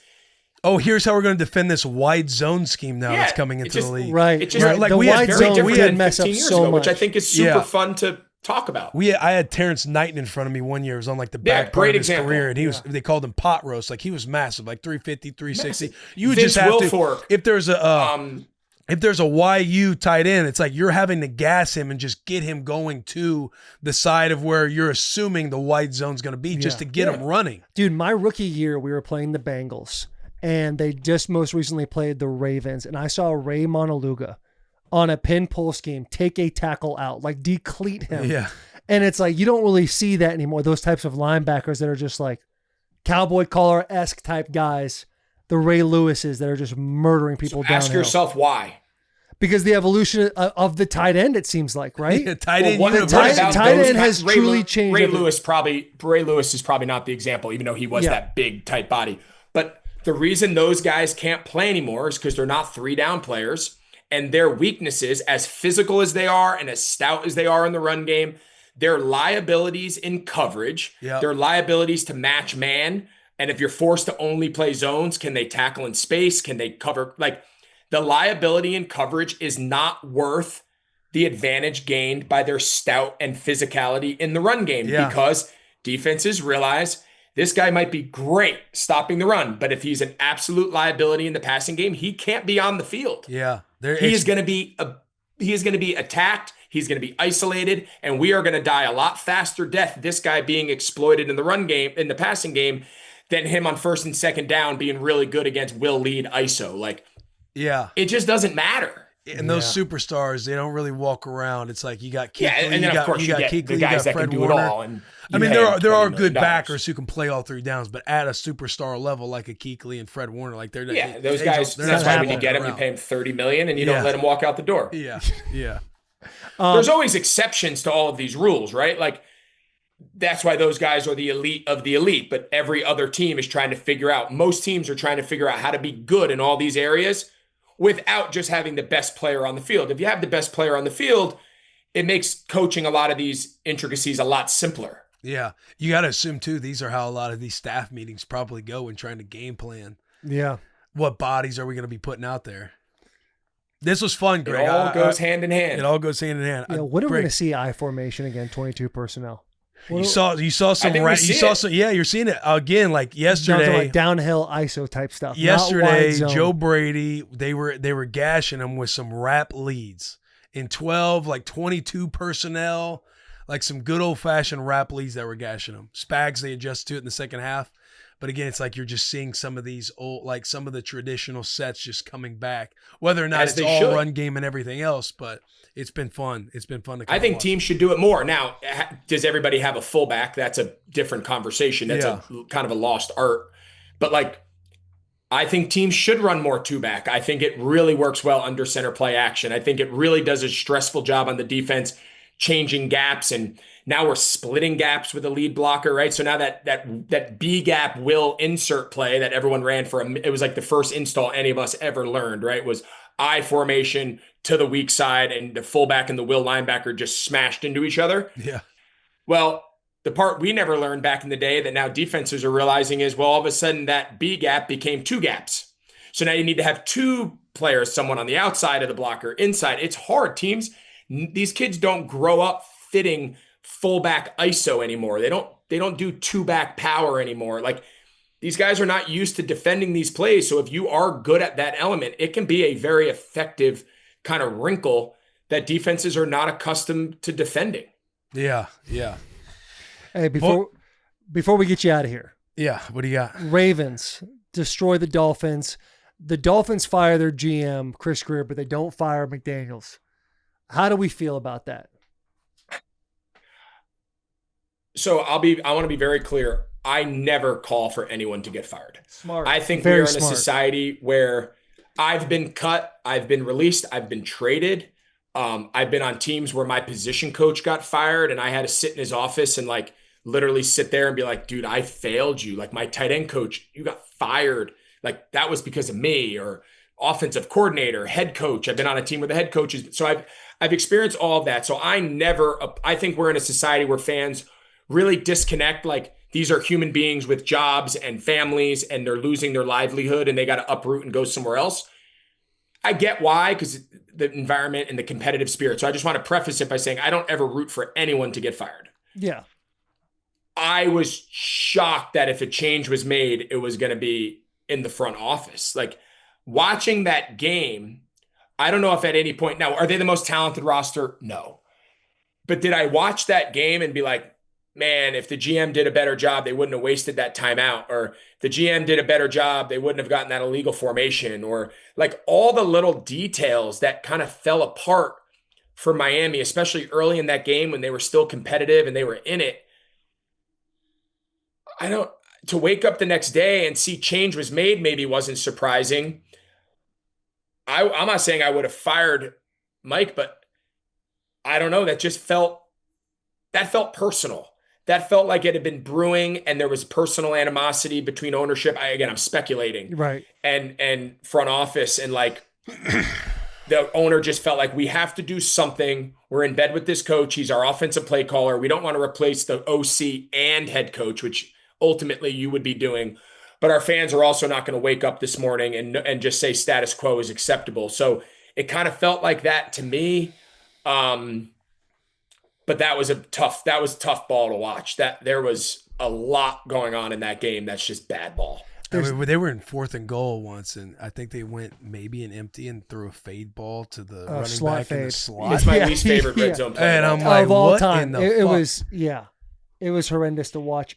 You want to throw a first down jump ball to Justin Jefferson? Okay. Yeah. I'm in. The reason why I even brought that question up is your running back. The reason why I even bring that question up was that Stephen A. Smith, the next day, he's going on a tangent. I think he was making like a racial thing about everything going down there.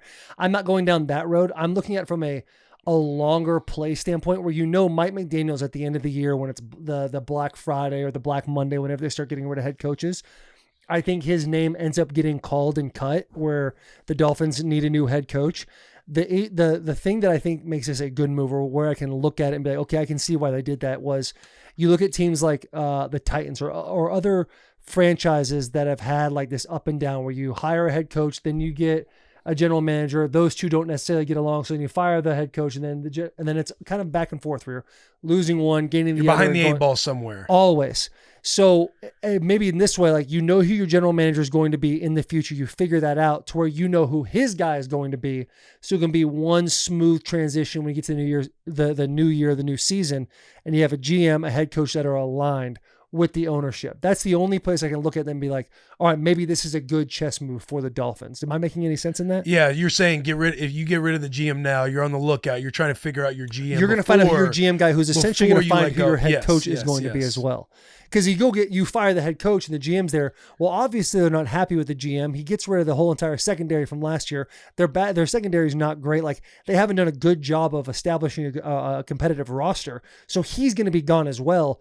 You might as well get the top piece first before you insert this head coach piece. So everyone's kind of aligned top to bottom. Does that make sense? Yeah, I can buy that. Yeah, I think there's an order of operations. Yeah. that is part of this whole entire picture, right? And then you factor in how many teams have we seen do the alternating front office head coach, draft a quarterback, then fire the coach, and that song and dance just you end up chasing your tail. There is an order of operations that makes sense to all of us. It doesn't feel like that's the order that most teams end up operating in. I'd also add to that, like, when was the last time? I mean, I guess when the Panthers fired, they fired Rule and promoted Wilkes. I would argue that they got better. But traditionally speaking, what team that's so bad that they fire their coach during the season promotes an interim and things get better? Like, let's look at this. Like, are the Titans better? I mean, you follow them, obviously, Taylor. Like, have things gotten better because they fired their coach in week 5? No, Did last year with the Jets when they fired Saleh, did things get better? I mean, like, generally speaking, firing your head coach might feel good. It might just stop having that question asked in the press conferences and articles stop being written. But as far as actually affecting the outcome and the competency of your football, there might be a couple outliers where interim coaches have actually improved it. Wilkes is the first one that comes to mind in Carolina. But Bisaccia with the Raiders a Bisaccia few years is a ago good one. when Gruden went out. I mean, Mike Mularkey, when he was the interim head coach, we won one more game, but we went 9-7 the next year. Yeah. So but overall. Yeah, so there's a couple outliers. Traditionally speaking, it just continues to unfold. Right. It just you're usually bad for a reason. You're usually getting fired for a reason. Every now and then, can a message connect better?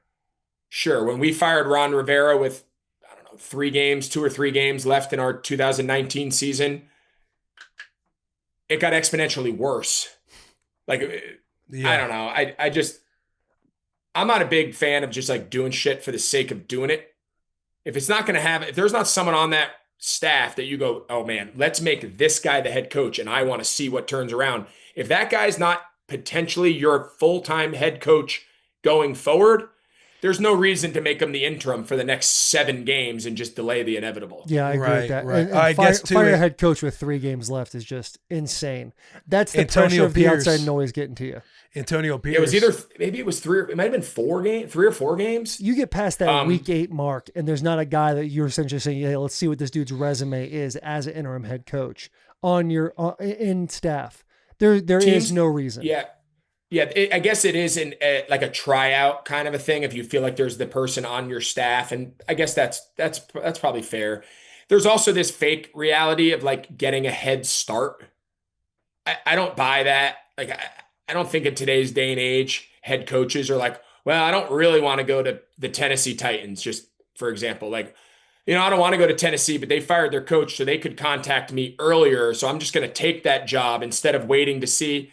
I don't think that's how the system works. I think good coaches get hired whether you fire your coach in week 5 or you fire your coach in the second round of the playoffs. I don't know. Yeah. I don't know. I just think a lot of that is overblown. Yeah, I agree with that. I'm solid. Greg, you are the man, bro. Do you have any more for him? No, I appreciate you, Greg. Thanks for taking time. Great ball talk. What coach is jumping on today? Who do we got today? We have last week we had Elko jump in.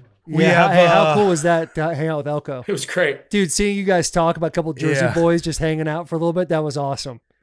Yeah. We got Tony. Who do you guys got today? Tony V's coming on the bus, new manager for the San Francisco Giants. I interviewed him on my pod a couple weeks ago, like literally 2 weeks before he took that job. I interviewed him. He's the man, bro. He's awesome. He is awesome, but he's coming on the bus to join us. I don't know if we have any head coaches tuned in. Yeah, no, not this week. Just you. Well, you guys are the best, man. Always love coming on and talking ball with you guys. Appreciate you. All right, Greg. Thank you, bro. Let's give a round of applause real quick. Appreciate you, Greg. Hey. Appreciate you. Let's talk to you about dude wipes. Are you filming the ball? Hey. Use dude wipes as a cat, like as a toilet paper who once was a toilet paper guy. I'm talking the sandpaper effect to where it's snowing on your toilet room. Use dude wipes because that keeps it away from doing that. I didn't fully. Are you fumbling the ball when it comes to getting a confident clean back of your end zone? When you hit the sandpaper and the toilet paper starts kind of falling apart and it's like a lot of it bunches in your butt a little bit? You get the dingleberries in your ass. Yeah. Stuck to your hair. Yeah. I know I'm a big hairy ass guy. You're a big hairy ass guy. Dude wipes cleaned it up. Dude Wipes does clean it up. Make the right play. Call an audible. Switch from dry toilet paper to wet extra large Dude Wipes. Why? It's simple. Wetter just cleans better. Dude Wipes are wet and extra large, so they clear, never smear your rear. So when you gotta go number 2, be sure to bring the number 1 product in clean Dude Wipes. The Goat of cleaning your keister, available on Amazon and at Walmart nationwide. Dude Wipes, best clean, pants down. Also, what do you want to keep safe? I'll tell you what I want to keep safe. This shop, this bus, what do we have for it? We have Simply Safe. Simply Safe. Traditional security systems only take action after somebody has already broken in. By that time, boys, it's too late. Simply Safe is setting a new standard in home security with Active Guard outdoor protection. Simply Safe's monitoring agents can help prevent break-ins before they happen. AI-powered cameras backed by live professional monitoring agents monitor your property and detect suspicious activity. If someone's looking around or acting suspiciously, those agents see and talk to them in real time, activate spotlights, and even contact the police, helping them proactively deter threats before they escalate into a crisis. You can get 50% off your new Simply Safe system with professional monitoring and your first month free at simplysafe.com/bussin. Again, that's simplysafe.com/bussin. There's no safe like Simply Safe. That's why we use it at the shop here. Finally, let's level up your nicotine routine with Lucy. Go to lucy.co/bussin and use promo code BUSSIN, that's BUSSIN, to get 20% off your first order. Lucy has a 30-day refund policy if you change your mind. Again, that's lucy.co and use code BUSSIN, BUSSIN, to get 20% off. And here comes the fine print. Lucy products are only for adults of legal age. Every customer is age verified. Warning, this product contains nicotine. Nicotine is an addictive chemical. Let's get back to this episode. Subscribe. By the way, Steelers beating the Colts. Yeah. I mean, $179 million defense. You know what the biggest thing was?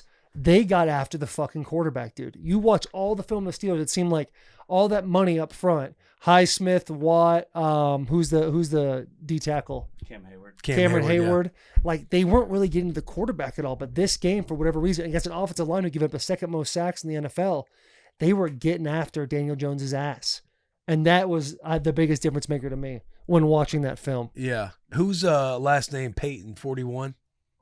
Peyton Wilson. He's NC State. Yeah. He was a linebacker that we got late in the draft because he has no MCLs in his knees. Best linebacker in that class, dude. He's a dog. He can run, he too. Can run. He combine dog. Like, who his 40 was insane. Like 4-4, right? Yeah. Yeah. All white team. Yeah, he might be out there. But yeah, I thought that was a massive win for Pittsburgh. Tough, too, for the Colts. I want to say Danny Dimes threw 3 picks. 3 picks, 2 fumbles. Yeah. Tough day at the office. Jonathan Taylor didn't get in the end zone for us either. Ugh. Kind of needed that. Yeah. Yeah. We had him for 2+. It's interesting. It makes that the AFC North, it makes it way more interesting now. Because the Ravens are going to continue to, I think they're going to continue to win. They're going to continue to do their thing. I think they'll beat the Vikings this weekend. But the Steelers, it's like, do we fall back in love with the idea of them winning the AFC North? It'll be close because they're what, 2 games apart? 2 games apart right now, and they play December 7th. Yeah. Is the next time those 2 teams see each other. Yeah. We are in a spiral of Jacoby Myers rumors for all of Pittsburgh right now. Like, we're begging for another receiver, and that's every chat board right now. I thought we looked okay. I thought we looked good. Knew we were going to beat the Colts, but like, Pittsburgh is begging you for knew something. You were going to beat the Colts. I can't stress no enough. One thought you would beat the Colts. No. Those are the games we win. We're going to lose to the Browns. We're probably going to beat the Bengals and split. We'll lose to the Ravens. We'll lose to bad teams. We beat good teams. That's what Tomlin does. He brings us back every single year. Brings us back in. Have you ever been on the stance of Tomlin needs to go? People close to me believe so, but I've never said those words. Tomlin is, we're never going to find another guy that's just better than him. Would I eventually root for him on another team? Yes, I would root for Tomlin to coach a different team if that happened. I have never asked for Tomlin to not be my head coach. Buddy, yeah, you don't want to lose him. You don't. Another team I just don't want to quit on is the Texans. I know you don't. And honestly, like, if CJ Stroud doesn't get hurt in that game, Texans probably will walk away with that game. The Broncos are winning games like the Chiefs did last year. Yeah, I know. Some bull crap games. And wins it get them. Their defense is so fucking good. Were you guys tuned into that game? Yeah. So did you see when what's his name? Is it RJ Harvey? RJ Harvey scored out of the backfield to catch that touchdown pass, and on that linebacker from Alabama on the Texans. To'o, athletic linebacker. But again, hey, no BAM call. Running back comes out of the backfield and The sets him fucking up on an Bam option, right? So you're thinking he's going to break in or out. He takes off behind him. Easy touchdown. Easy. And everybody's like, I'm sure everybody's screaming to Otto, whatever. He can't cover, get him off. That is such a hard fucking route to cover. That's why you got to use that Bam call. Gotta use it. Don't try to be a hero. Sean Payton offense, Drew Brees. Bam. A staple for him. Can I ask you guys a question? I know we're going to be sitting on this bus road. I'll take one. Yes. Yes. Coffees? Anybody? Yeah. Coffees? 1, 2. I'm good. Sure. 3. You're gonna give me a seasonal boy. God bless this man. It's November. Yeah, it's like, what are we doing? Spooktober's over. How great was Spooktober at the end of Spooktober? We'll get to that in the recap. We'll get to that. Get to that bussin'. Get to that bussin' Okay, tomorrow. so I'm doing cold brewskis. Hey, and while you're talking about that, Jay, anything else on NFL before we get back to college? Did y'all hit on the Bengals? Yeah, the Bengals-Bears game. Did not hit on Bengals Bears. Got to. I didn't get to watch. I got to see the clips after and seeing Jamar Chase just needed one. Like everybody just kind of going in on that defense. Like if you get any type of life on defense, like you win that game. You should have been watching because T. Higgins decided to have the best game of his career. I saw that. He's on the fantasy team. I saw he was sitting around like 6 to 8 points before that. Went off, bro. 2 touchdowns. That get the fuck off me catch. Oh my goodness. Bro, the Bengals are the first team ever to score 38 points in back-to-back weeks and still lose both games. We were talking about this. Bro, that has to just – I mean, you saw it on everybody's face, but just the morale death that just happens when it's like the defense can't the Bengals? Just one possession. We were talking about this in our pre-pro meeting. Conversation to be had about Joe Flacco in the MVP conversation. Per Mitch. Yeah. Hey, if we need to make an MVP, like a senior MVP, if we could have like the top 5 oldest NFL players be like, this is our guy this year, that needs to be a thing because Joe Flacco's doing things. Because what was the he stat? might be better than Brady at this age. What was the stat that was just said? 38. First team to score over 38 2 weeks in a row and they lose. Yeah. Like, if you're going to be the MVP, like, even if we hypothetically play this game of Joe Flacco being the MVP, like, the Bengals would still be turning around and coming back and, like, winning games. But I wouldn't say, like, bro, they won the game. They're putting up, lost them the exactly. game. They're putting up 38 points. Like, you would like to think scoring 38 points, you're going to win every game. Every game. Joe B didn't win the MVP last year, and that was the entire story of the season. It's just he doesn't have a defense. If he had a defense, he'd be walking away with and MVP. honestly, I think there's an argument that I think Joey B should have won it. Like, his numbers 100%. was above and beyond Yeah, but this Joe B, else. who's been on the team the entire time, like, he was also on the Browns. I agree. like, listen, we're muddying the waters. traded him away. At the end of the day, we're talking about Joe Flacco winning the MVP, which I know is not the case. It's a conversation. It's a conversation. I do think Joe Burrow should have won the MVP last year because it's like who's the most valuable player, and Joe Burrow, after going 3-5 or whatever their record was, like ends up being like 1 or 2 games away from getting into the playoffs. Like without Joe Burrow, that doesn't happen. Joe Flacco, buddy, he's incredible. Like to where we put so much on the Cowboys defense. It's like it's kind of muzzled, and we've kind of forgot about the Bengals defense. The Bengals defense.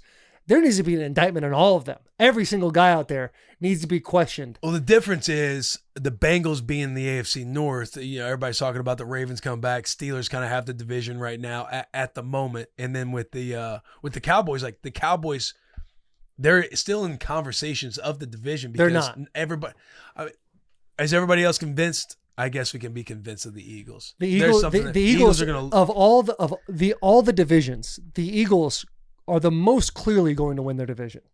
Most clearly. The Commanders just lost. Commanders just lost. Commanders are done. Lost bad, and their quarterback when they were 38-7, and he's still in the game with 7 minutes left. The Cowboys' defense is horrendous. Getting better. If they play all their games at home, yeah, I could see the Cowboys making it to the playoffs because they score 42 points a game when they're at home. And then there's the Giants, who just lost Cam. And it's like, yeah, you got Jackson Dart, who put up 24 points last game, but it's the 49ers who have all their first team out, who are literally down the most people in all of the NFL. That division it's over. And I feel very comfortable saying that division is done. Bro, the Eagles are 2 going weeks to win ago, it. you were buying the Cowboys. You're like, this team. Right, and they broke my fucking heart, Will. All right, I sat there. I did the whole girlfriend thing. We dated. I fell in love. I said I love you first. You know what they said back to me? Thank you. Turns out they were cheating on me with a hotter guy. Like, that is the feeling I have for the Cowboys right now. Your offense is a championship caliber offense at home. You're a different team when you're away. And your defense, regardless if you're home or away, you're bad. Yeah. That's how it is. That's point blank. I just don't think it's Philly's like the most clear-cut division winner. I would did just say that. Pull up the divisions. You got the Bucks, okay, and it's Falcons, Panthers that are behind them. Colts have the game they do. It's like and the Jags and Will's not willing to give up on the Texans, so that we throw them out the window. AFC West obviously is not just the Broncos are running away with it. The North, that's going to be a shit show. The Bengals should be in that conversation these last two games, but their defense sucks so bad. The East, it's Patriots and Bills. All right, now NFC East, Eagles, clearly. Okay, go down. NFC North, we have no idea who's going to win that division. And breaking news, confirmed test reports, Tucker Kraft torn ACL. Oh! Very sad news for the boy, and he was on pace for a really historic season. Yeah, people were saying best tight end in the NFL. Best tight end in the league. That is heartbreaking. Should we have a moment of silence for Tucker Kraft? Hats off. Beer Olympics alumni. We love you, Tucker. We love you, Tucker. Dog, that is heartbreaking. Heartbreaking. NFC West is up in the air, but look at the NFC South. NFC South. Yeah, that's a great argument. Is the NFC South? Yeah, Bucks. That's a good one. But it's like the Bucks are the Panthers are weirdly sneaky. The Falcons are like the most inconsistent team in all of the NFL. But like, you could see some shit going down, especially with Tampa Bay being as injured as they are. They may drop a couple and might get weird in December. That's the argument there. I do think the Bucks walk away with that division. NFC West, we don't even need to have a conversation. That's a three-way race right now. Is that it? It's like if you're looking at all of these divisions, we can all sit here and confidently be like, the Eagles are going to win the NFC East. That is. I'm not convinced. I'm willing to put responsibly my mortgage on it. Responsibly. What if the Cowboys just rain hell tonight? Next week you're gonna be like, the Cowboys are back. I can't do that again. And if I do that, that's when your boys, when you know he's in a toxic relationship, like you got to sit him down. And you got to sit there and be like, Taylor, listen, you did this 2 weeks ago.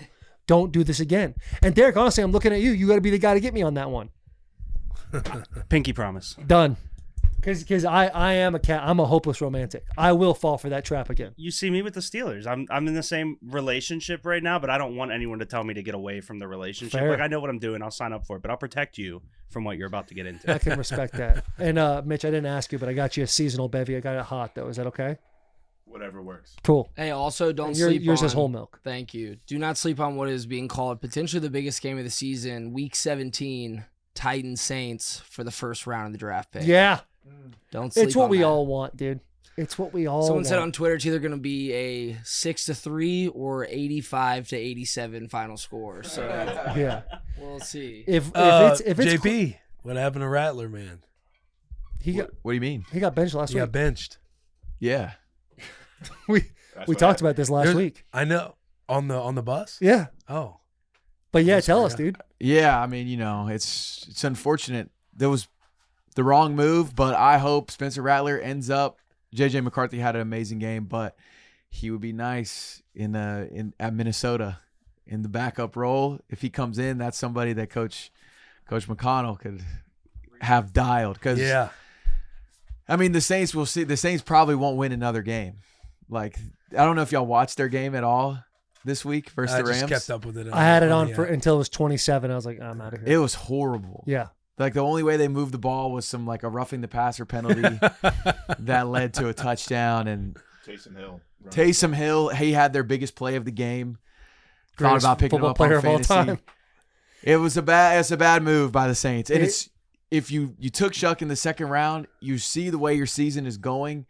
The last thing you really want to do, if you do think he's your future, is get the fan base against him in this season, and because nothing's going to go good. You should have kept Rattler out there, man. Should have kept him absolutely out there. kept because him now out there. you can't go back to him if you're the Saints, right? Like, it's a long season. Like, and I think never when know. you're in that one win situation, it's dumb. like, just keep doing your thing, man. Right. Like, I think whatever the Saints want to do, we just kind of let them do. Yeah. We don't judge anything from here on out. Titans and Saints, if it's so clear that these are the two teams that are going to fight for the number one draft pick, I feel like there needs to be an executive order that the winner of that game gets the number 1 draft pick. What if we tie? Like that. Yeah. Jets get it. Oh, Yeah. that would happen. Oh. That would happen. Could it? Pull up the Jets schedule real quick if you don't mind, because I mean, buddy, you put any they want. I mean, unless they're playing each other, like Justin Fields. I could see them sneaking the Browns. The Dolphins. Yeah, they got the Dolphins. Who knows about the Jags too, man? I just don't know what's Jets going on play there. the Saints. That's a huge game. Big Huge game. Pivotal game. That's that. Saints last 2 of 3. They got a chance to fuck it all up. Yeah, December, the last 3 weeks could tell a lot. Rattler in the last 3 weeks. Go 3-0. That would mess up everything. He will be a starter in the NFL again. I'll say that. He has to go to Minnesota. Has to. Do we think JJ's back? Too early No. to say. Dude, against the Lions? Yeah, but he At still the threw Lions? it was like 140 yards. Like he made the plays he needed. Threw to for make 2 touchdowns, ran for 1. Like he didn't look lost. He didn't look lost. I'll say that. Say that. Video of him post-game Crying? room? No, just like Raging. Oh, Coach he was talking? on that. I Yeah, love his he was on that Dan mentality. Lanning. Love his mentality. Yeah. I mean, that throw to ice the game. Yes. That back shoulder. Beautiful. Was an unreal throw. Dude, he That had was one. crazy. Was it? There was one to Addison. The one to Jefferson where he Bro, he like one-handed. threw it under the DB and like it was beautiful. He had a beautiful ball too in the end zone to Addison that Yeah. Addison didn't come up with. Yeah, that Addison dropped, right? Yeah. He's showing sparks, but it's just like you need obviously I consistency. can't believe the Vikings beat the Lions at Detroit too. I know. It just makes you question everything. Because I still think the Lions are the best team. Weirdly The enough, way the Rams and Seattle played yesterday. I mean, I guess Rams. Yeah. dude, I will Commanders buy the Seattle Seahawks. I will buy that. is the best receiver in the league. Yeah. JSN is unbelievable. And Dude. how is he open all the time? And Puka, bro. Like his game. This was his first game back from the injury, and I don't know if y'all saw the pass, his first touchdown catch. Oh my, the ball was a dime, but the catch was just absurd. Like almost double coverage, late hands, right on the front side of the pylon. Like Him and it looks Devontae- unfair. Him and Devontae are getting like plus 20 points in fantasy each on the same team. Rams are nice. Rams are nice. And Stafford Stafford MVP? is insane. Stafford's in the Stafford conversation. MVP? Sammy D, Drake May, I mean, those got to be the 3. JSN.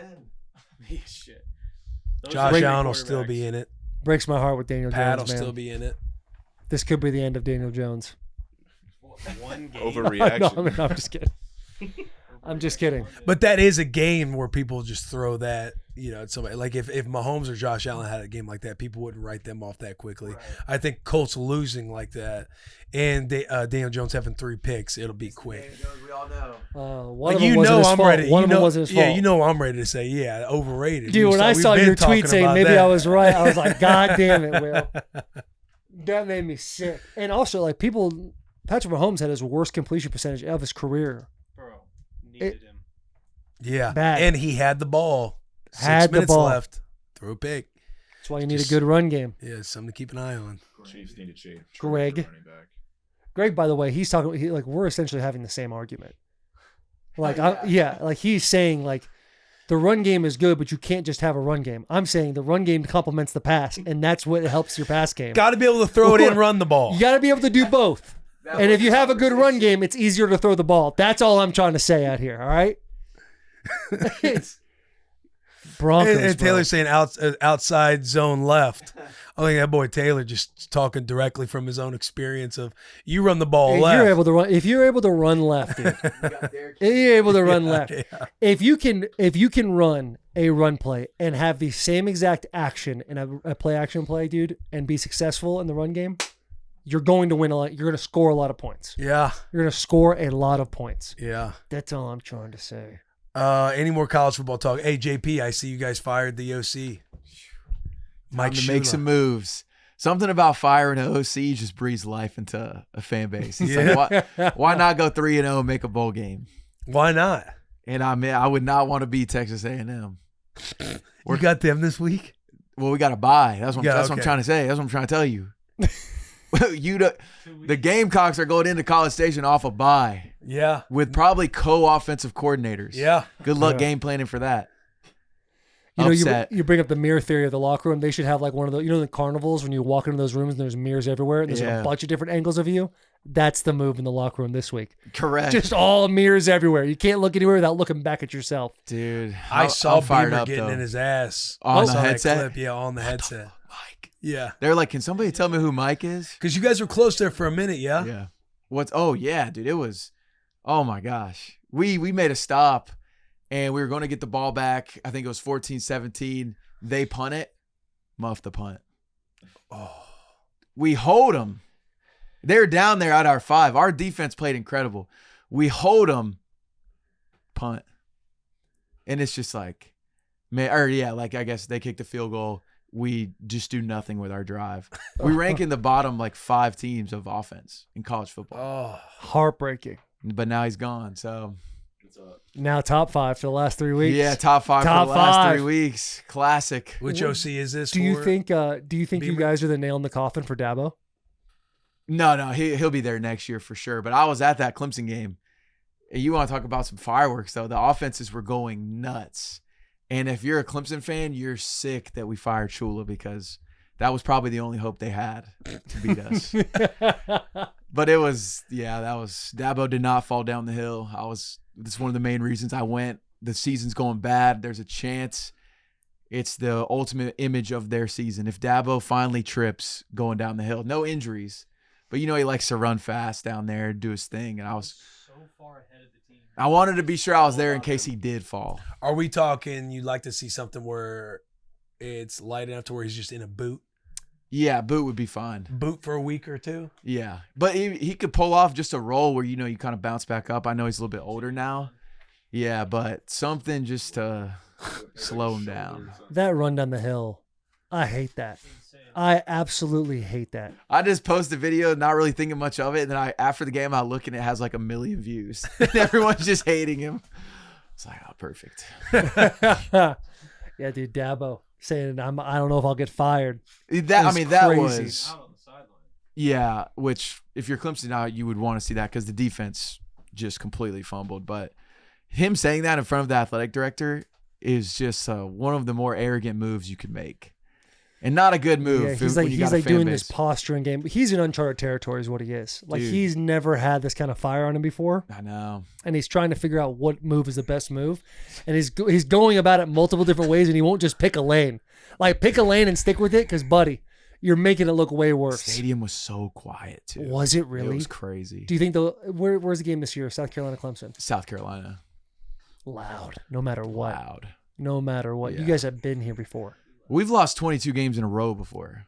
Like think we we're don't, gonna you let don't give a shit. Yeah. What are we talking about? You guys, yeah, We yeah. lost 22 games in a row. You guys are like, it's like a We'll be movie scene. there. You guys grab the gun. You think I'm not scared of this? Yeah. You put a gun up to your head. Yeah, bro, that is crazy. Crazy. Oregon goes to Iowa this week? That's gonna be a spicy game.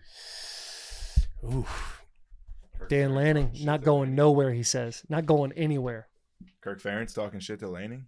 Did you already hear Did you hear about that? I heard there's some text I've coming saw out. some things. You don't want to. You wait to the locker room. Yeah. Wait to the that's- locker room We for save that. that for the locker room talk. Save that for the locker room talk. God, I'll tell you what, dude. Justice Hayes having surgery on his foot kind of breaks my heart. The other guy balled out though. Yeah, dude. I mean, one thing's for sure: Michigan's gonna run the football. Run the football, play good defense, but I just need that passing. And like I truly believe in Bryce Underwood. There was 4 or 5 plays there where it's a completely different stat line. I've already said this. I'm doubling down because I'm just thinking about it too much. Is like that should have been the game plan. Let him throw the ball. And buddy, it's just a couple of reads, couple of misses. 2026 though. A&M going to Mizzou. A&M. Big game. That's a big game. A&M. Georgia Tech lost, yeah? Got Yes. stomped, Oh my bro. God. What is NC going State? on in the ACC? They're just trying to ruin the college football playoff.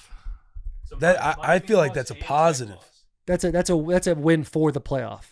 I think that's a win for the. We need ACC There teams to was start 2 losing. losses. Yeah. Miami and Tech lost. Louisville and Virginia won. So Virginia's like top 15 right now. Yeah. number Bro. 12. You know what, dude? if the ACC kind of messes around and everyone's kind of got like 2-3 losses everywhere, Then it works out. could we be looking at a 9-3 Nebraska Cornhusker team in the playoffs? No, listen, I ain't gonna talk that type of delusion right now. Hey, it's worth a thought, right? I ain't gonna talk that type. If the ACC fucks around that much, SEC's kind of beating each other up in every place. Like A&M's probably gonna make it, Alabama's gonna make it, Georgia's gonna make it. Who else? Texas. Group of 5. Texas. We just say G5. Big 12 gets all the best teams play each other at the end of the year. Memphis. College football playoff rankings, the first ones come out tomorrow. Texas. North the mean green. It's gonna be interesting, boys. This next couple of weeks are gonna be awesome to watch. It's gonna be awesome, but how depressing is it that we only have 3 weeks left? Pretty depressing. Damn. It is pretty sad. I need this offseason. I need it. Dude, but the thing is like right after the season's over, it's transfer portal, we're getting this guy, what's happening. Like that's equally as fun of a game. Taylor thinks Michigan's getting everybody. I'm not thinking, I'm hoping. I'm not thinking, bro, I truly am just like sitting there being like, man, if we just had every day, I have but the thing is, the yarn and the pictures, everything in my room right now. You're asking for players that, if you're talking about Bryce can't throw the football, buddy, what's that going to do? No. He can throw the football. We just need, you need the trial and error to get out there and develop a guy. Like, he got in, and it was like he's not going to be the starter to begin the year. Then this Keen kid gets hurt. I don't know exactly what his injury was. He's thrust into a starting role. We play very conservative early in the year when I'm thinking, hey, maybe let this kid rip a little bit, make the mistakes. He's done a good job of taking care of the football up until this game. But it's like he needs reps. Dude, he's got the talent. Like, he's shown it. The Washington game was a very good football team, by the way. They are ranked now. Like, he can throw the football, but you just need the in-game experience. That's like, you got to take advantage of that in the Northwestern game and the Maryland game. But those two teams aren't teams you can sleep on in any way. Good thing is we have a run game that seems like no matter what is going to be successful, which is a great feeling. But this guy's got to get reps under his belt. We have a bye week this week. I feel good about it. I feel because the receivers stepped up this past game. They were getting open, to say the least. Oh, he didn't have any tutties? No. Marshall had 3 of them. Yeah, I see that. All 3 of them. Averaged 7.4 yards on the ground. 25 carries, 185 yards. Yeah, buddy. Bryce. I know. It was bad. His stat line? It's bad.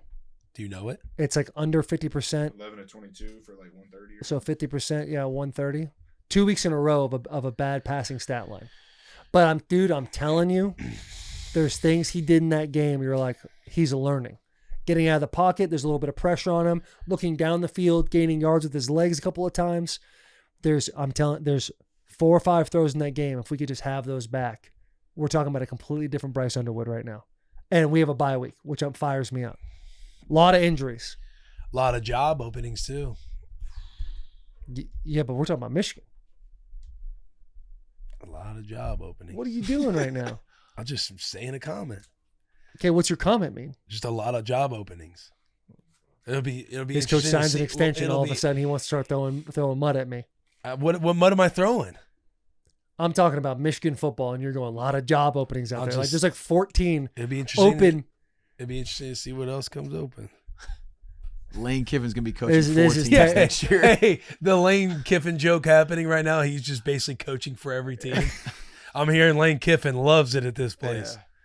Auburn, Florida. Has he come up with Arkansas? Tennessee? Oklahoma State and LSU. Would you love Lane Kiffin, Jack? If he went back. That's what I was seeing. I'm pretty sure someone mentioned that like the second the Tennessee game was over. It's always in question, and I'm sure a lot of Tennessee fans would, accept him with open arms, but I'm not ready for that conversation one bit right now. Did Heupel, did he still have a tea time? Seems did he like still it. hit his tea time this week? It seems like Chef. it. Yeah, that's something Chef would know, but... Hey, that was crazy. Hugh Freeze, the whole tea time incident. Burner Twitterverse is truly up there with the CIA. Captain. Yeah. Yeah, what I can't get over is you guys are having this conversation, and I've just completely supported Nebraska, and we'll just talking about job openings. Talking about what's going just on? Support the boys, support Michigan. Yeah, I hope you guys do well if you guys go to the college football playoff. All right. Onward. Onward. Onward. Is that what you wanted out of your Nebraska support? No. For me to come fully That's on what I board wanted. with Michigan? That's what I wanted my friend. But I'm just talking about the landscape of college football. There's a lot of job openings right now. Yeah. Unless you know who your guy is going to be, why would you get rid of a head coach this year? Bro, what happened the first time the Penn State rumor came up with Coach Rule? Yeah, it was very clear. Like, no one's talking about Michigan losing their head coach. I'm just saying a lot of job openings in college football. Yeah, and it'll Matt be Rule interesting to see what else comes open. In the odds, he was like plus 300, and the next big one was like plus 800. It's like, yeah, hey, this is a real possibility. You're just muffing one out there. Well, yeah, I could be. I could very much be muffing one out there. Okay. Just a lot of ball left. A lot of job openings right now. It'll be interesting to see if any other jobs come open. Like the most job openings. This has got to be the most job openings. Crazy. Onward. Feel good? Yeah, Feel good. Great show. Big hugs, tiny kisses. We will see you tomorrow. Bussin' with the boys. Tony V. See you tomorrow. Please subscribe.